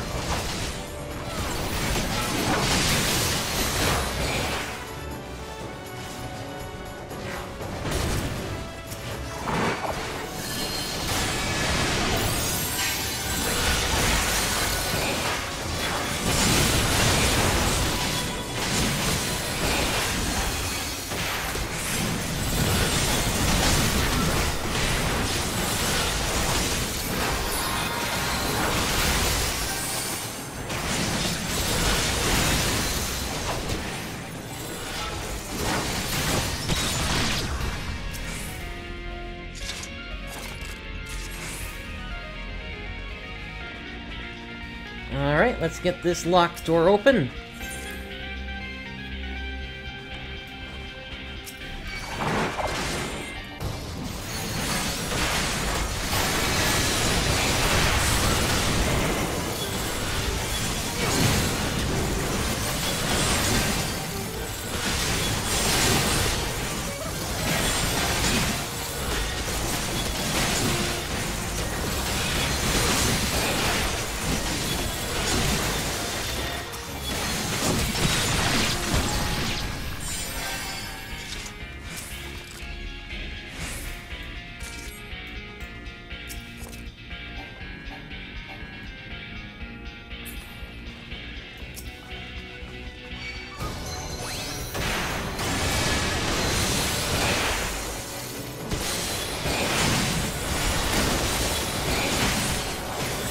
You can see these rooms are just gated between each group, so there really isn't much that I can do in terms of grabbing a bunch of them here.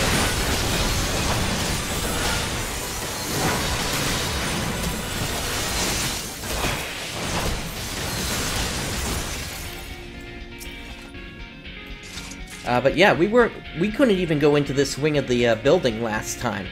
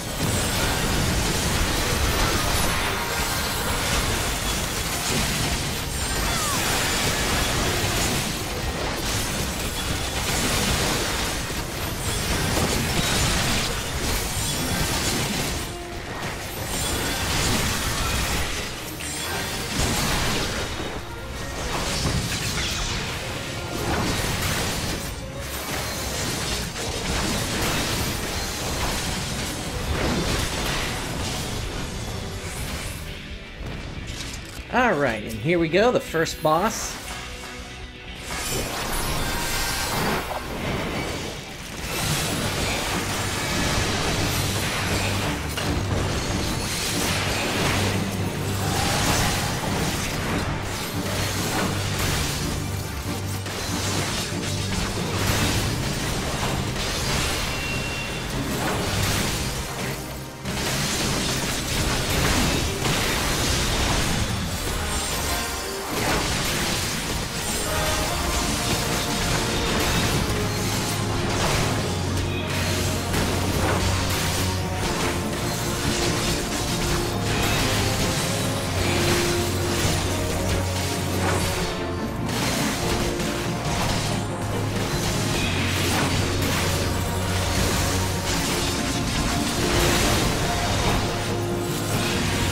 Okay, let's move out of the AoE.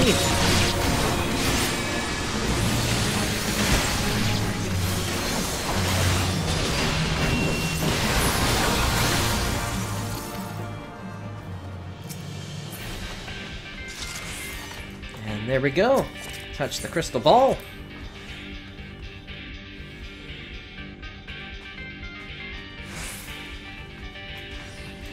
Alright, now these things right here, they're basically shooting these energy waves. There's not a whole lot that we can actually do about them since they're not targetable. All we can really do here is just kind of run to the end. Where they really won't be as big of an issue.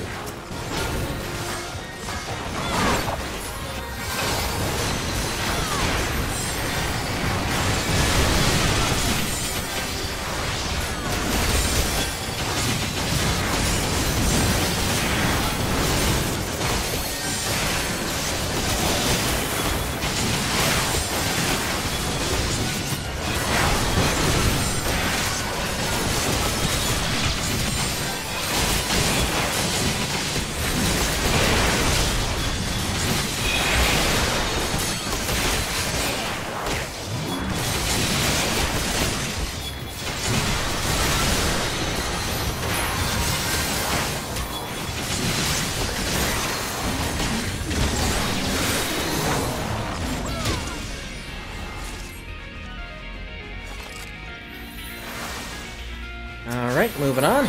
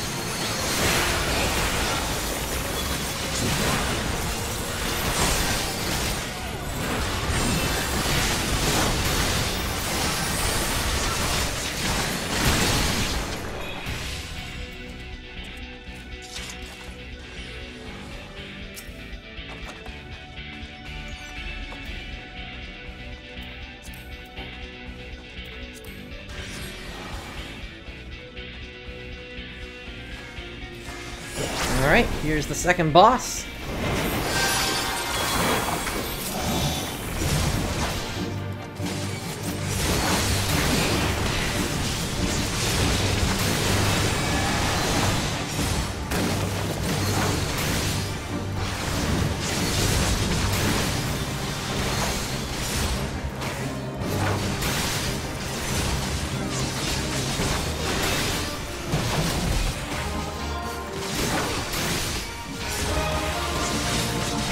That scythe back here, if you're not watching out for that, that's going to cause you some headaches here.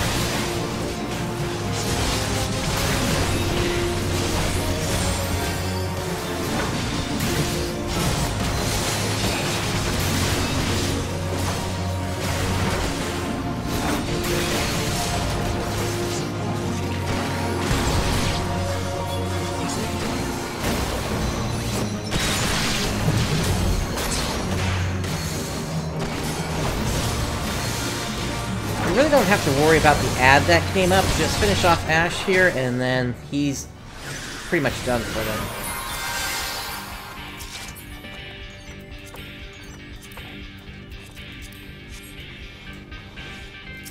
Okay, touch the crystal ball again.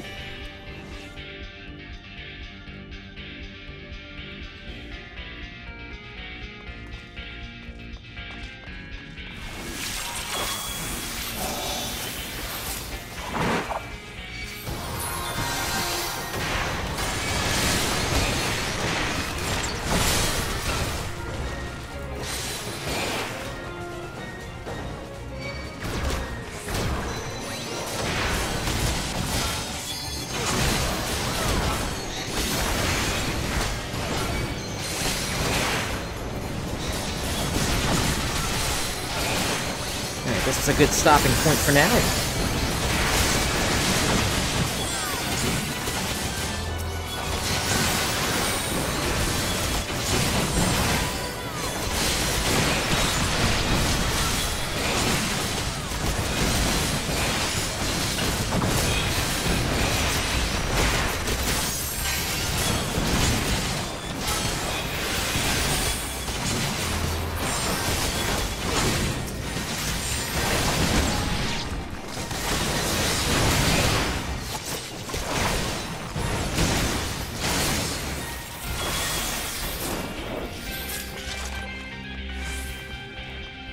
Moving on.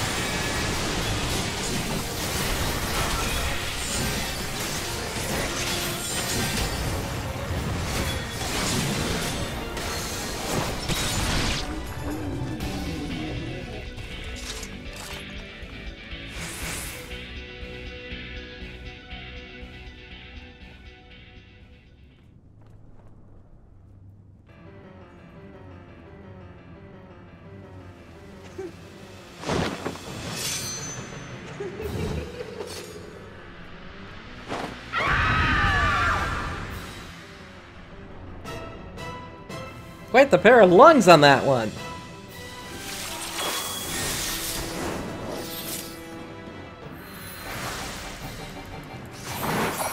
Alright, here we go.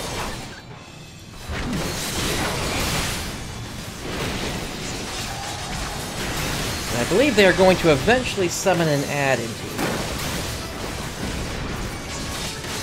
And we'll need to deal with that as well. Here we go.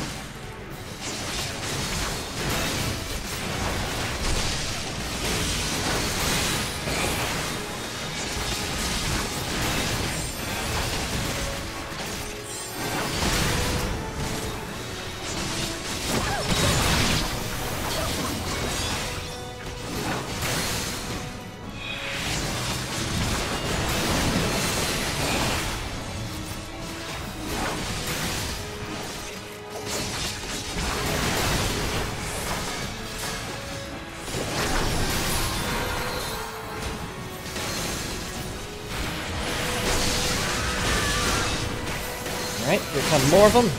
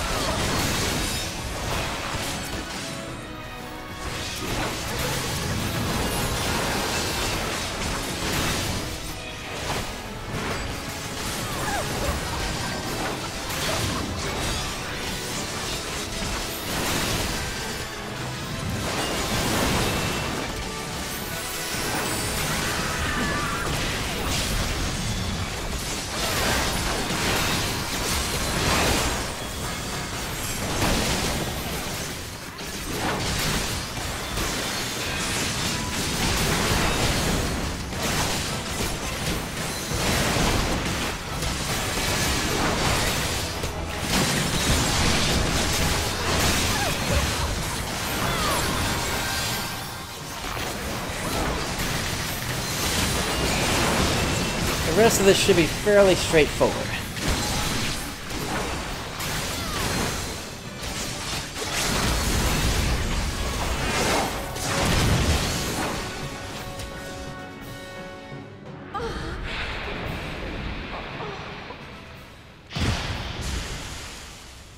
And down goes the last boss.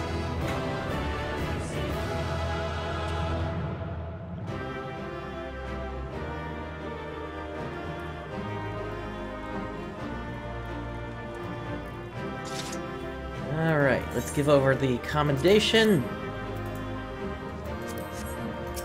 And let's get out of here.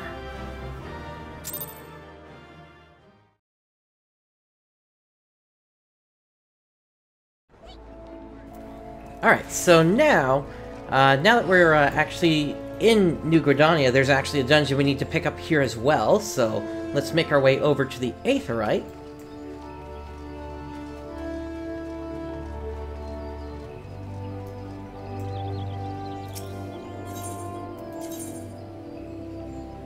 And we are headed for the Conjurer's Guild.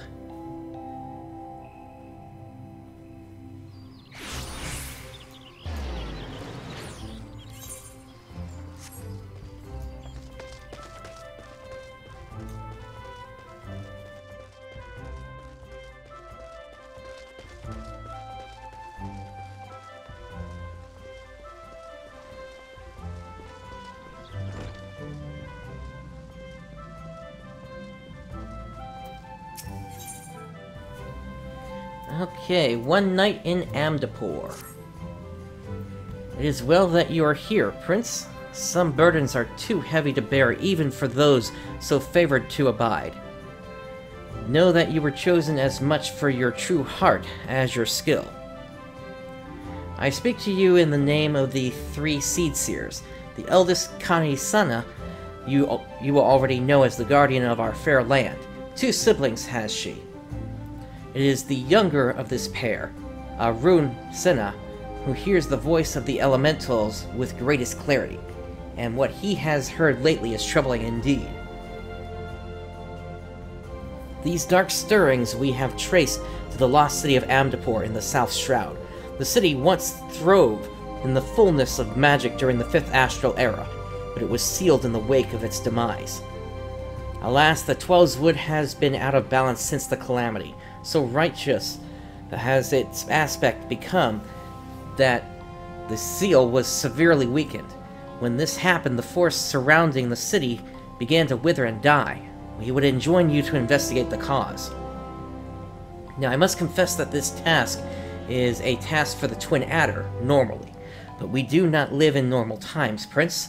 The company is spread thin, and you are stout with success. Will you not assist? It is well that you are assent, for the need is great. Go now to Seed Seer Rhea Osena at Camp Tranquil, and listen well to what she says of her brother's divination. Yes, Az, I agree on that point. That definitely, the fact that sprinting no longer uses TP is a very good thing, because with it where it is on my hotbar, I would sometimes during battle accidentally hit the button, and that would of course cause an issue. Alright, so let's make our way over.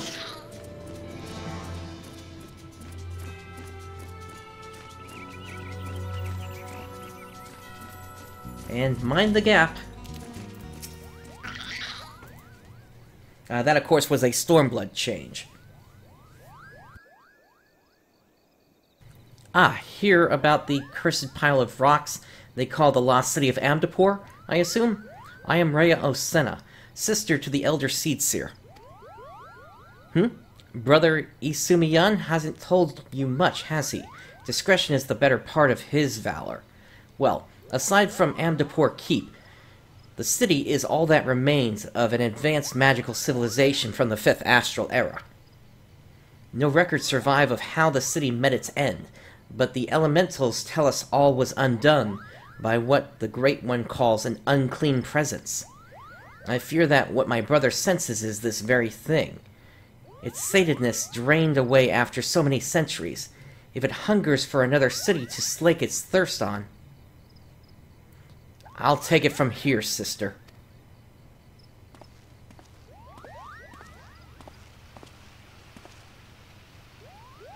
There you are, brother. Why must you dawdle so and leave the tedious explanations to me? Now, convey all that you felt to this artful adventurer. My sister paints me as a bumbling rustic, but I assure you, I'm nothing of the sort. I'm simply attuned to something greater, which brings us to that darkness stirring in Amdapor behind the barrier. Something has kindled there, and daily it grows, and how distrait the elementals are. I've not seen the like of it. They show me what feels like awakening and nightmares. I fear this calls for a more prosaic sensing than that of my rare gift. Some disaster slouches towards us. Might you discover the source of these dark visions and nip it in the bud? You are our best hope, Prince. Surely you can find the will to journey to Amdapor. You shall find a wood whaler by the name of Alphine keeping vigil at the barrier. And don't worry about returning here to tell us of your findings. The elementals will doubtless keep us apprised. But enough talk. Good luck, Prince.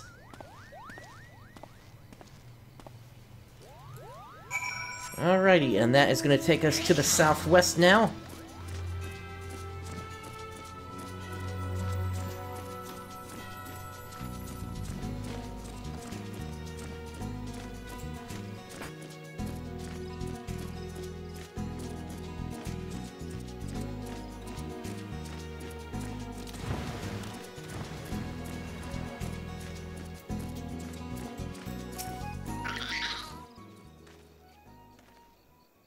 The Seed Seers have sent word of your coming. You are bold indeed to willingly glimpse into the darkness. The Lost City festers more and more by the day, and they say you're to lance the boil, eh? Beyond this gate lies a land out of balance, its earth aspects sapped by the calamity. You had best be prepared before proceeding further. Rot and raw, that's what you'll see. Creatures run mad, tormented by hooked burrs that clutch and burrow. Well, good luck with that. No doubt you'll prevail, being favored of the Seed Seers and all. Fight well.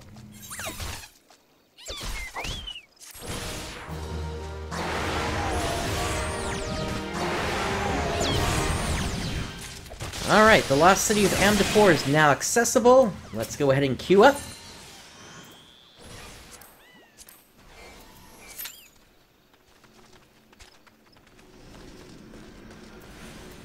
And it looks like we've got a brief wait here.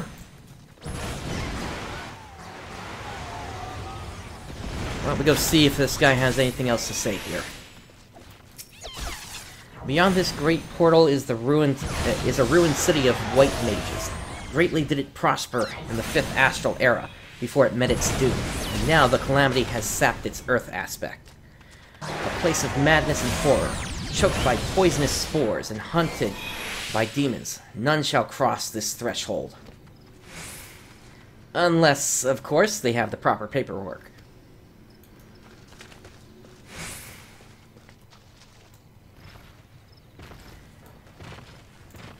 Alright, so let's take a look at the description of this place here then. Born in magic, the ancient city of Amdapor lived in splendor and died in agony. As the 5th Astral Era gave way to the 6th Umbral and the ensuing catastrophe, the agent of Amdapor's destruction slept. Now, the seal that has held so long is softening like wind-fallen fruit, and what blind worms writhe underneath the skin of the dead city. Alright, and so as you can see, this is still fairly early on with the dungeons that became available.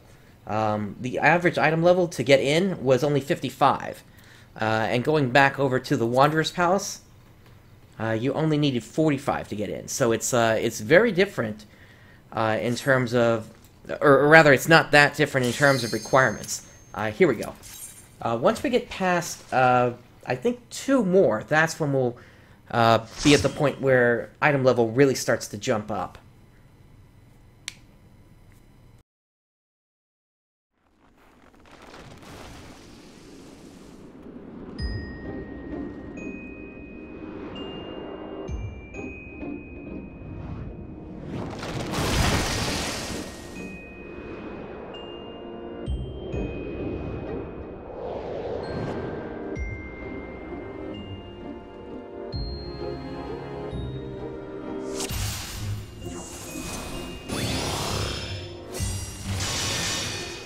Alright, here we go.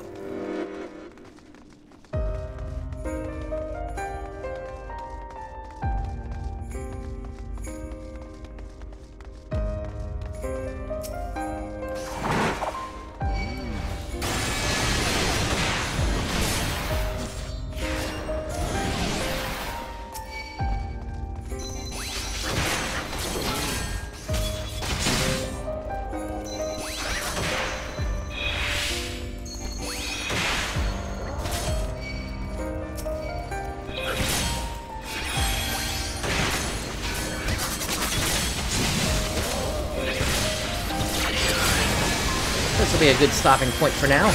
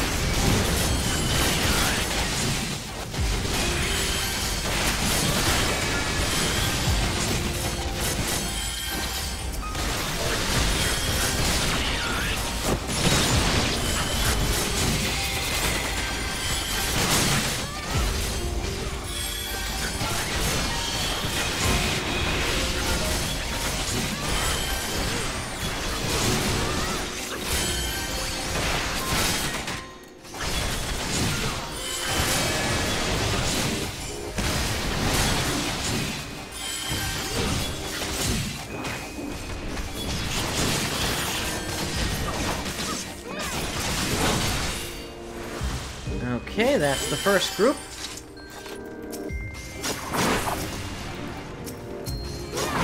And we've got all these molds around that we gotta take care of.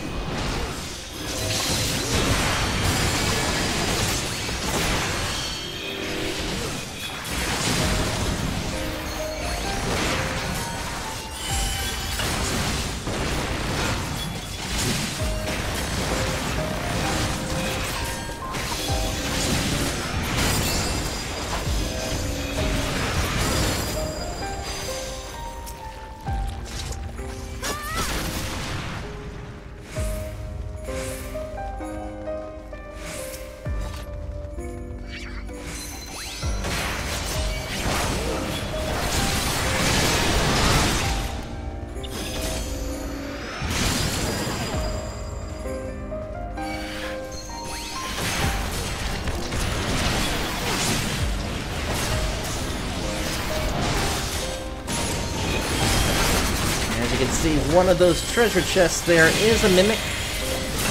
You do want to be careful around that. Just watch out for its AoE. You'll be fine.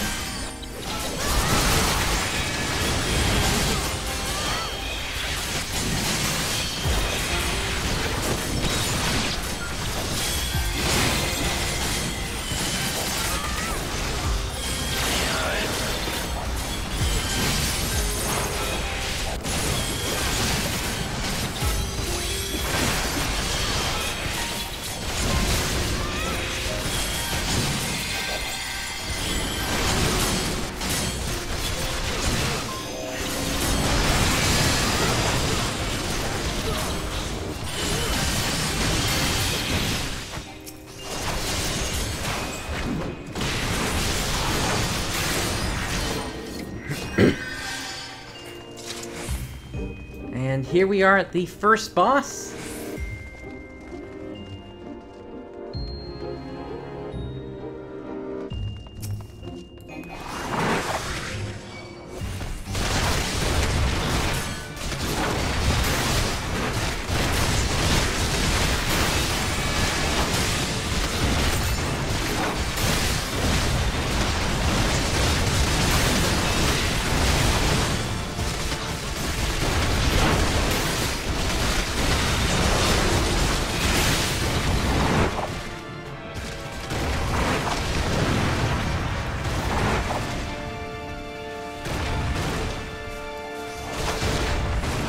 So one of our party members is inside that maw. We need to break the maw open and release them.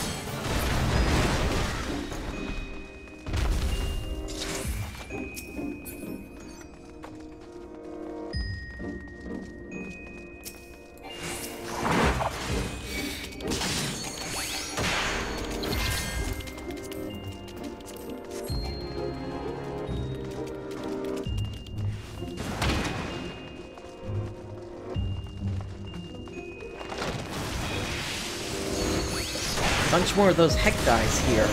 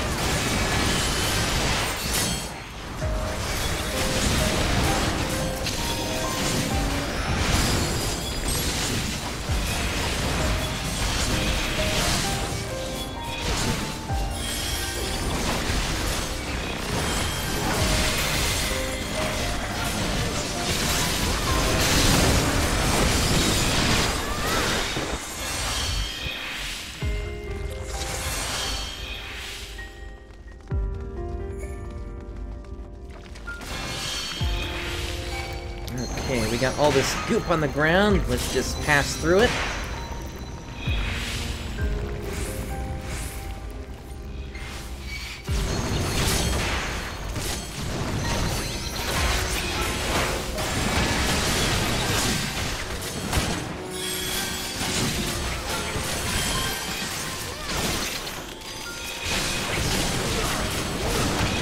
There's another mimic.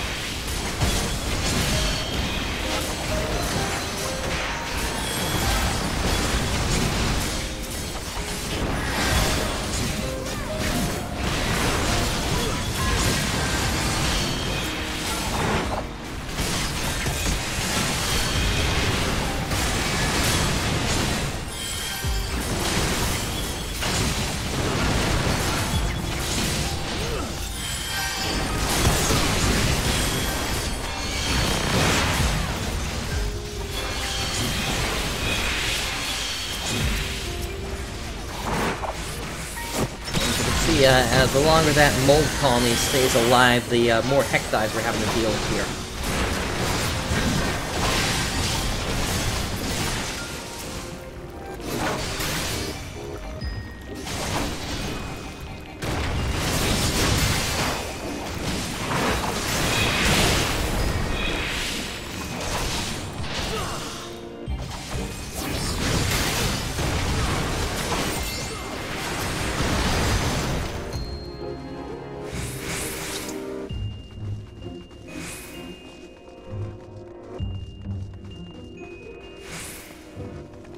Okay, on to the second boss.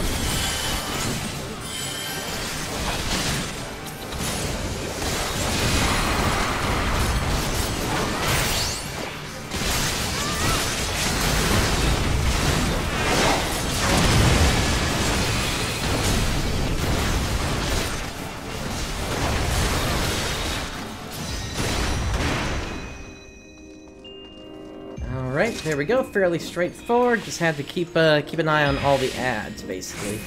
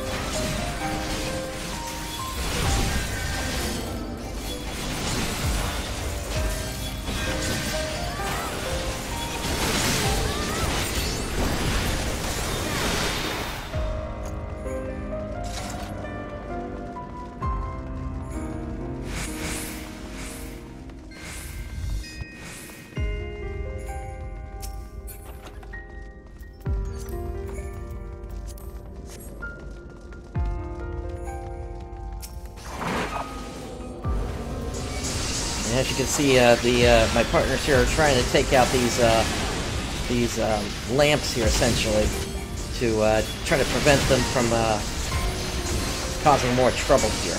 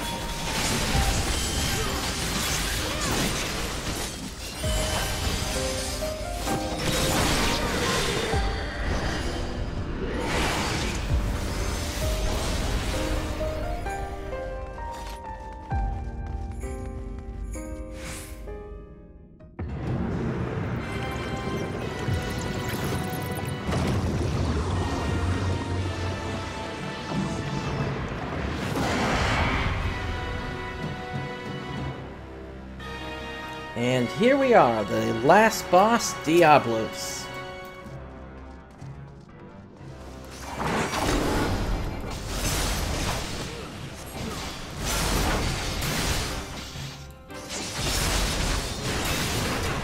We basically need to keep an eye on these gates here.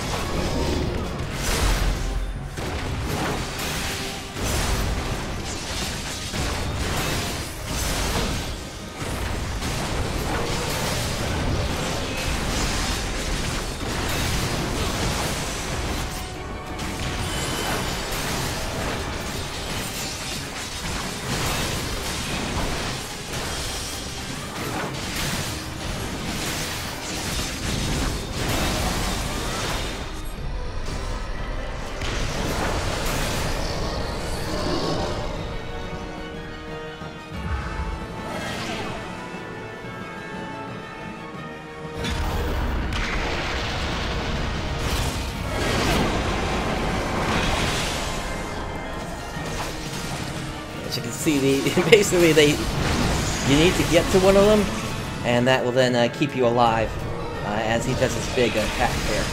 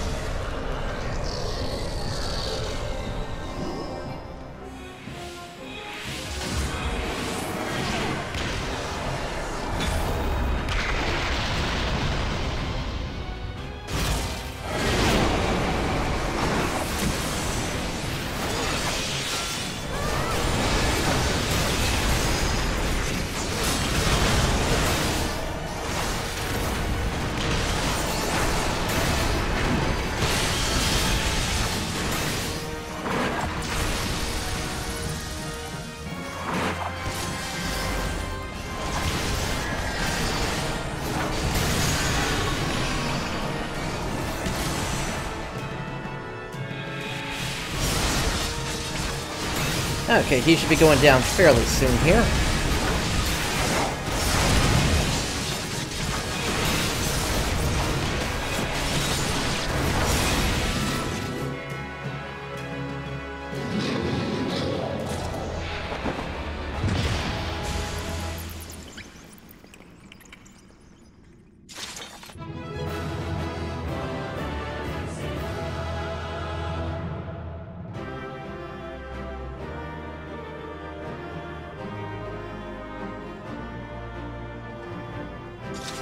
Alright, let's give out our commendation.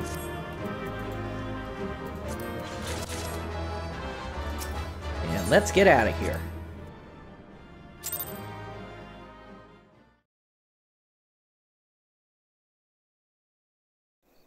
Alright, so I got time for one more today. Let's make our way over to Mordona.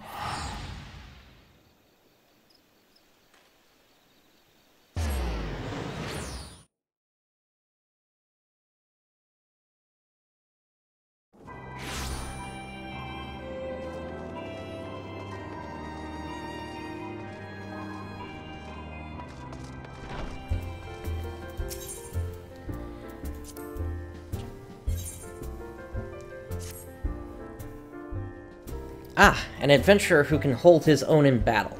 It just so happens I've gotten word of a new challenge for one of your talents. It requires a bit of travel and a dash of heroics, but it'd be worth your while. Eastern Thanaland's lovely this time of year. You've heard of the training grounds at Halatali, I'll wager. The place fell into disuse after the calamity, but some adventurer or another put it to rights. Its owners aim to train gladiators and adventurers once more, just as in the old days. The little paint, a little mass burial, and now the place is ready to take on challengers. If you're at all keen on the notion, go and talk with my friend, Arl. Arl, down there. He'll get you in the door. Alright, to Eastern Thanaland? And hi there, I.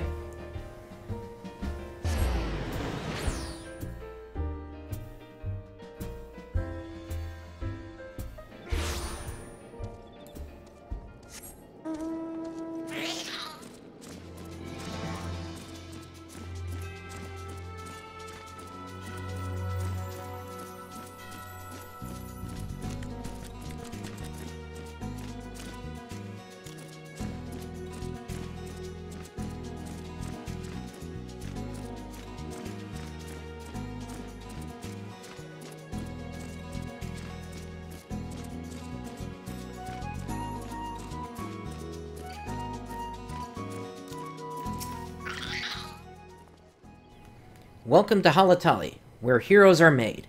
I am Arl, and any friend of Hugobert is a warmly regarded acquaintance of mine. Didn't mention he used to tread these sands, did he? Been trying to get that smooth-talking son of the Hydra to take up the gladiator trade again, but gets easily distracted, Hugobert does. Now, I'll wager he didn't put two and two together when he heard your name. You're the lad Fafajoni over there was talking about, aren't you? Ha! I knew it. The liberator of Halatali himself. Thanks to you, we've made it nice and deadly in there again. Got to restore the Colosseum games to what they were. It's no lap of luxury, I warn you. Place could use some more freshening up, and there are some lurking crawlies that need a good killing, but the brass blades are on that detail. So what do you say? Care to experience the new and improved training grounds? We'd be honored to have the liberator of Halatali return as a challenger. Okay, quest complete. And Halatali Hard is now accessible. So let's go ahead and queue up.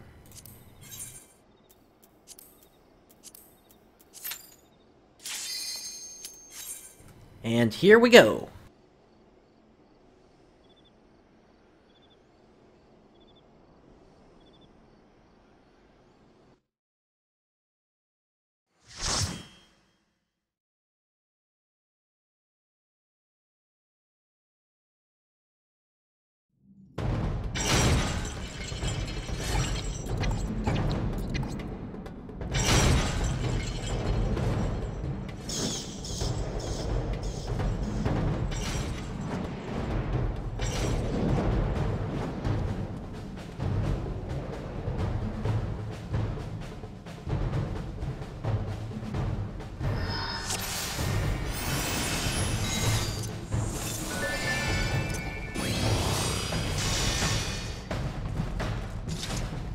Alright, let's get this started. We got a Pit Basilisk here. Let's grab him and keep moving.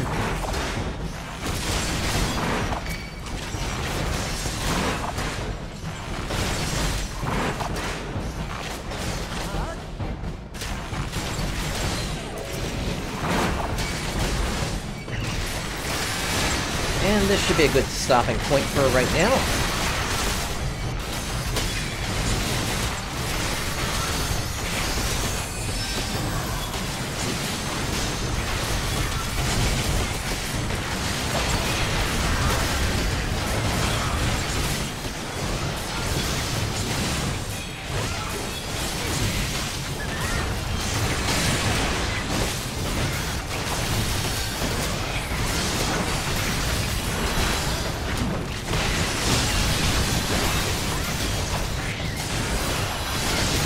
Well, Ads, you're actually getting the really fast queues now through the new Alliance raid, so and that gives a lot more experience than the other one did.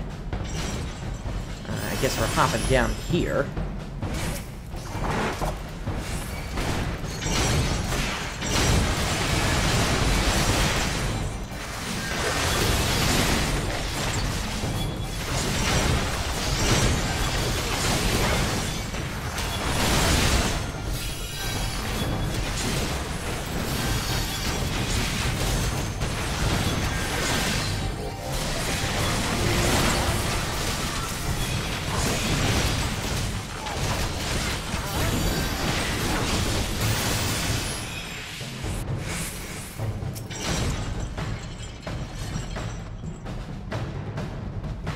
I guess we need to take out the rest of them first before we can actually pass through there.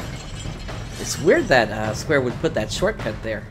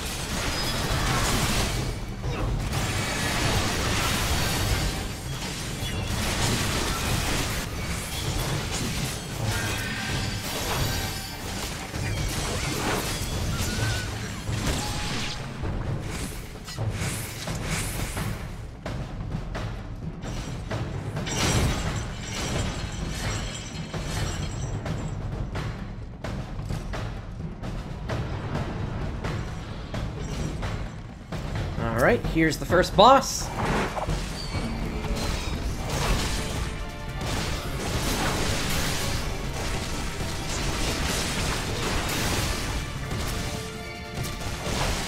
We got that, mammoth walking around there.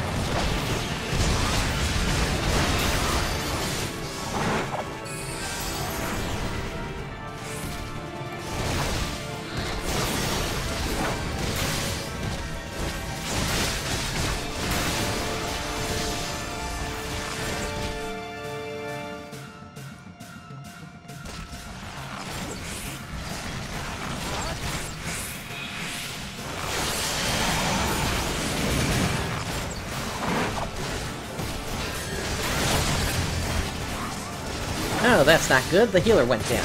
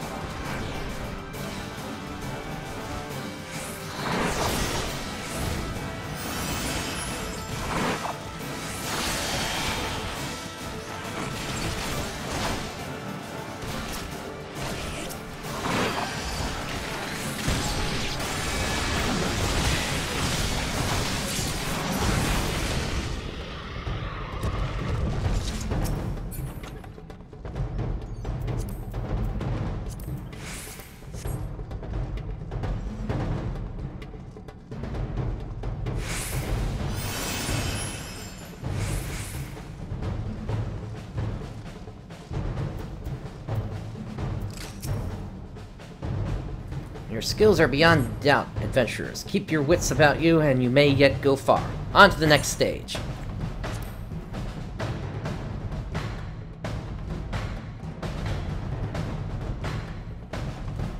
Oh yeah, definitely. Paladin is a lot better than what it was back in Heavensward. Especially with the fact that we can now do DPS as part of our AoE attack. And even then, we've got a whole bunch of other new abilities, including basically our passive arms here, which basically throws us into a semi-permanent blocking stance.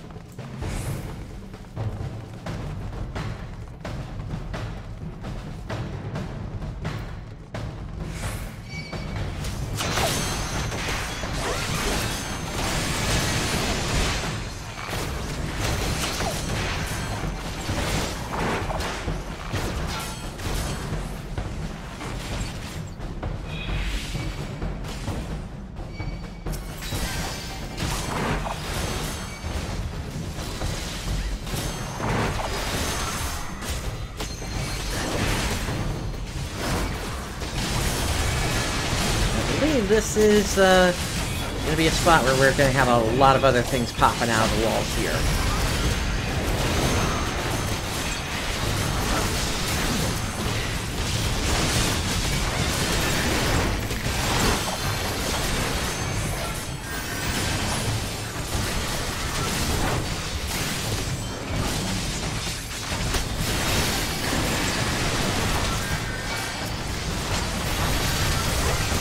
Yep, here they come. More bears.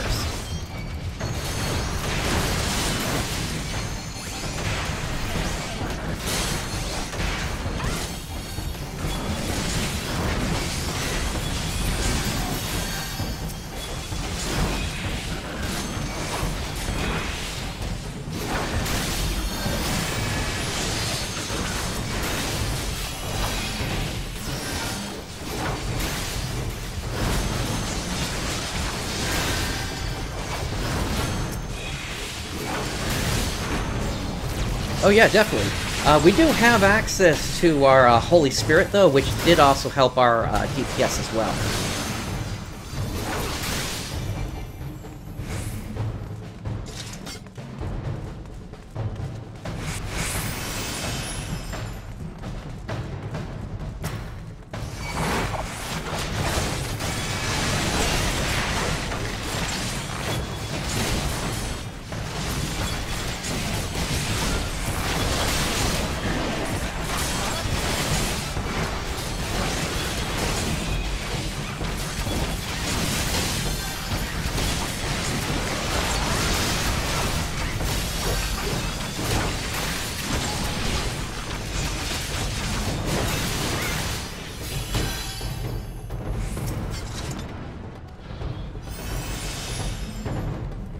Okay, here's the second boss.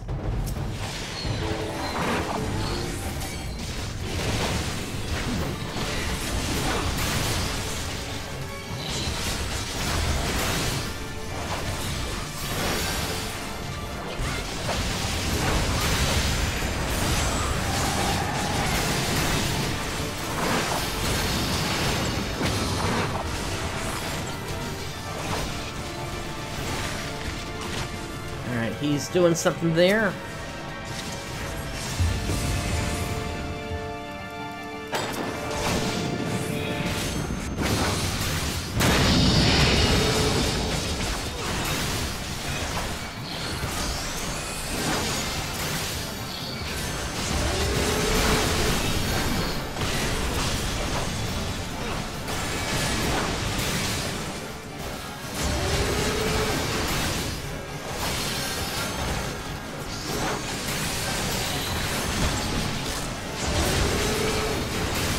Oh yeah, I definitely agree about the not having to worry about so many cross-class abilities.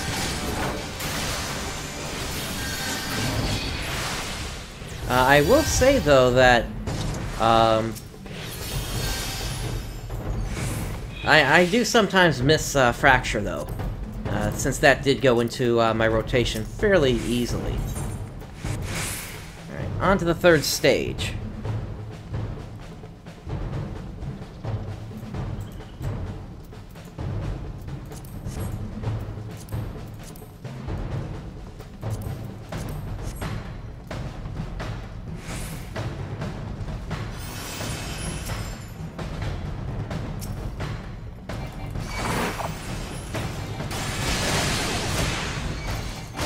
Looks like, aside from the animals here, we're actually taking on some other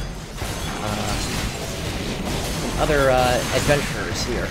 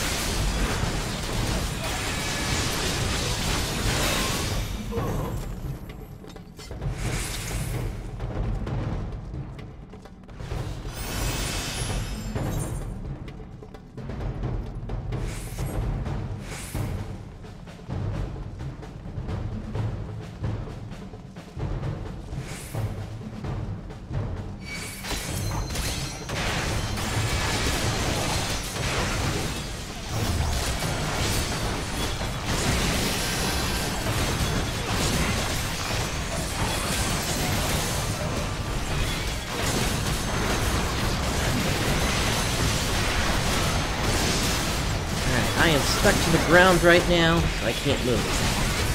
Now I can move.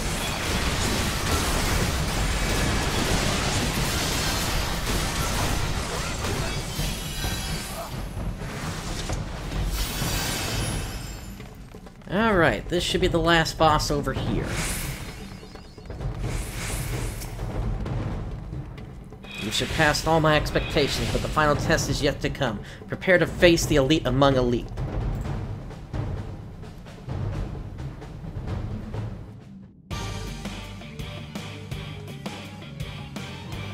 The final test... Oh, that was too fast.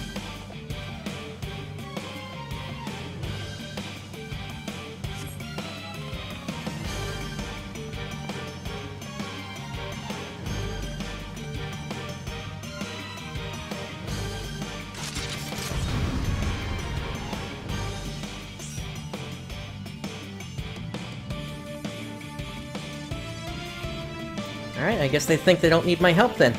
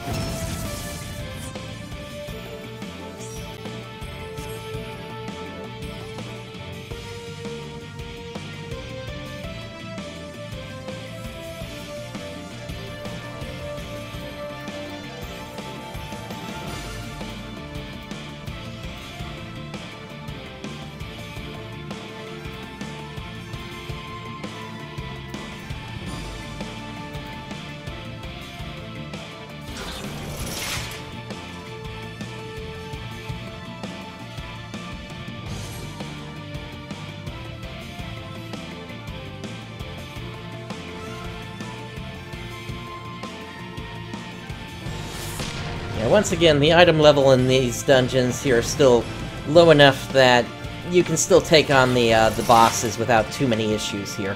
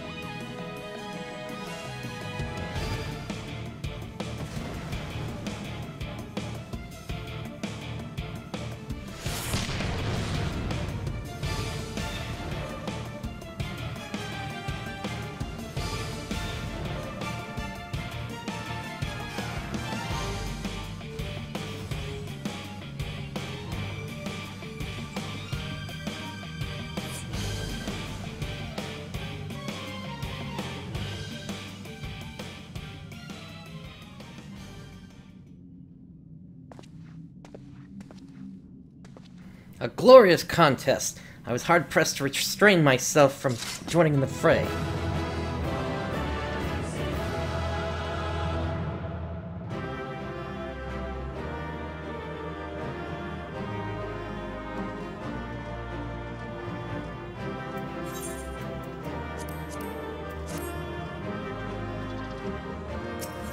Alright, let's get out of here.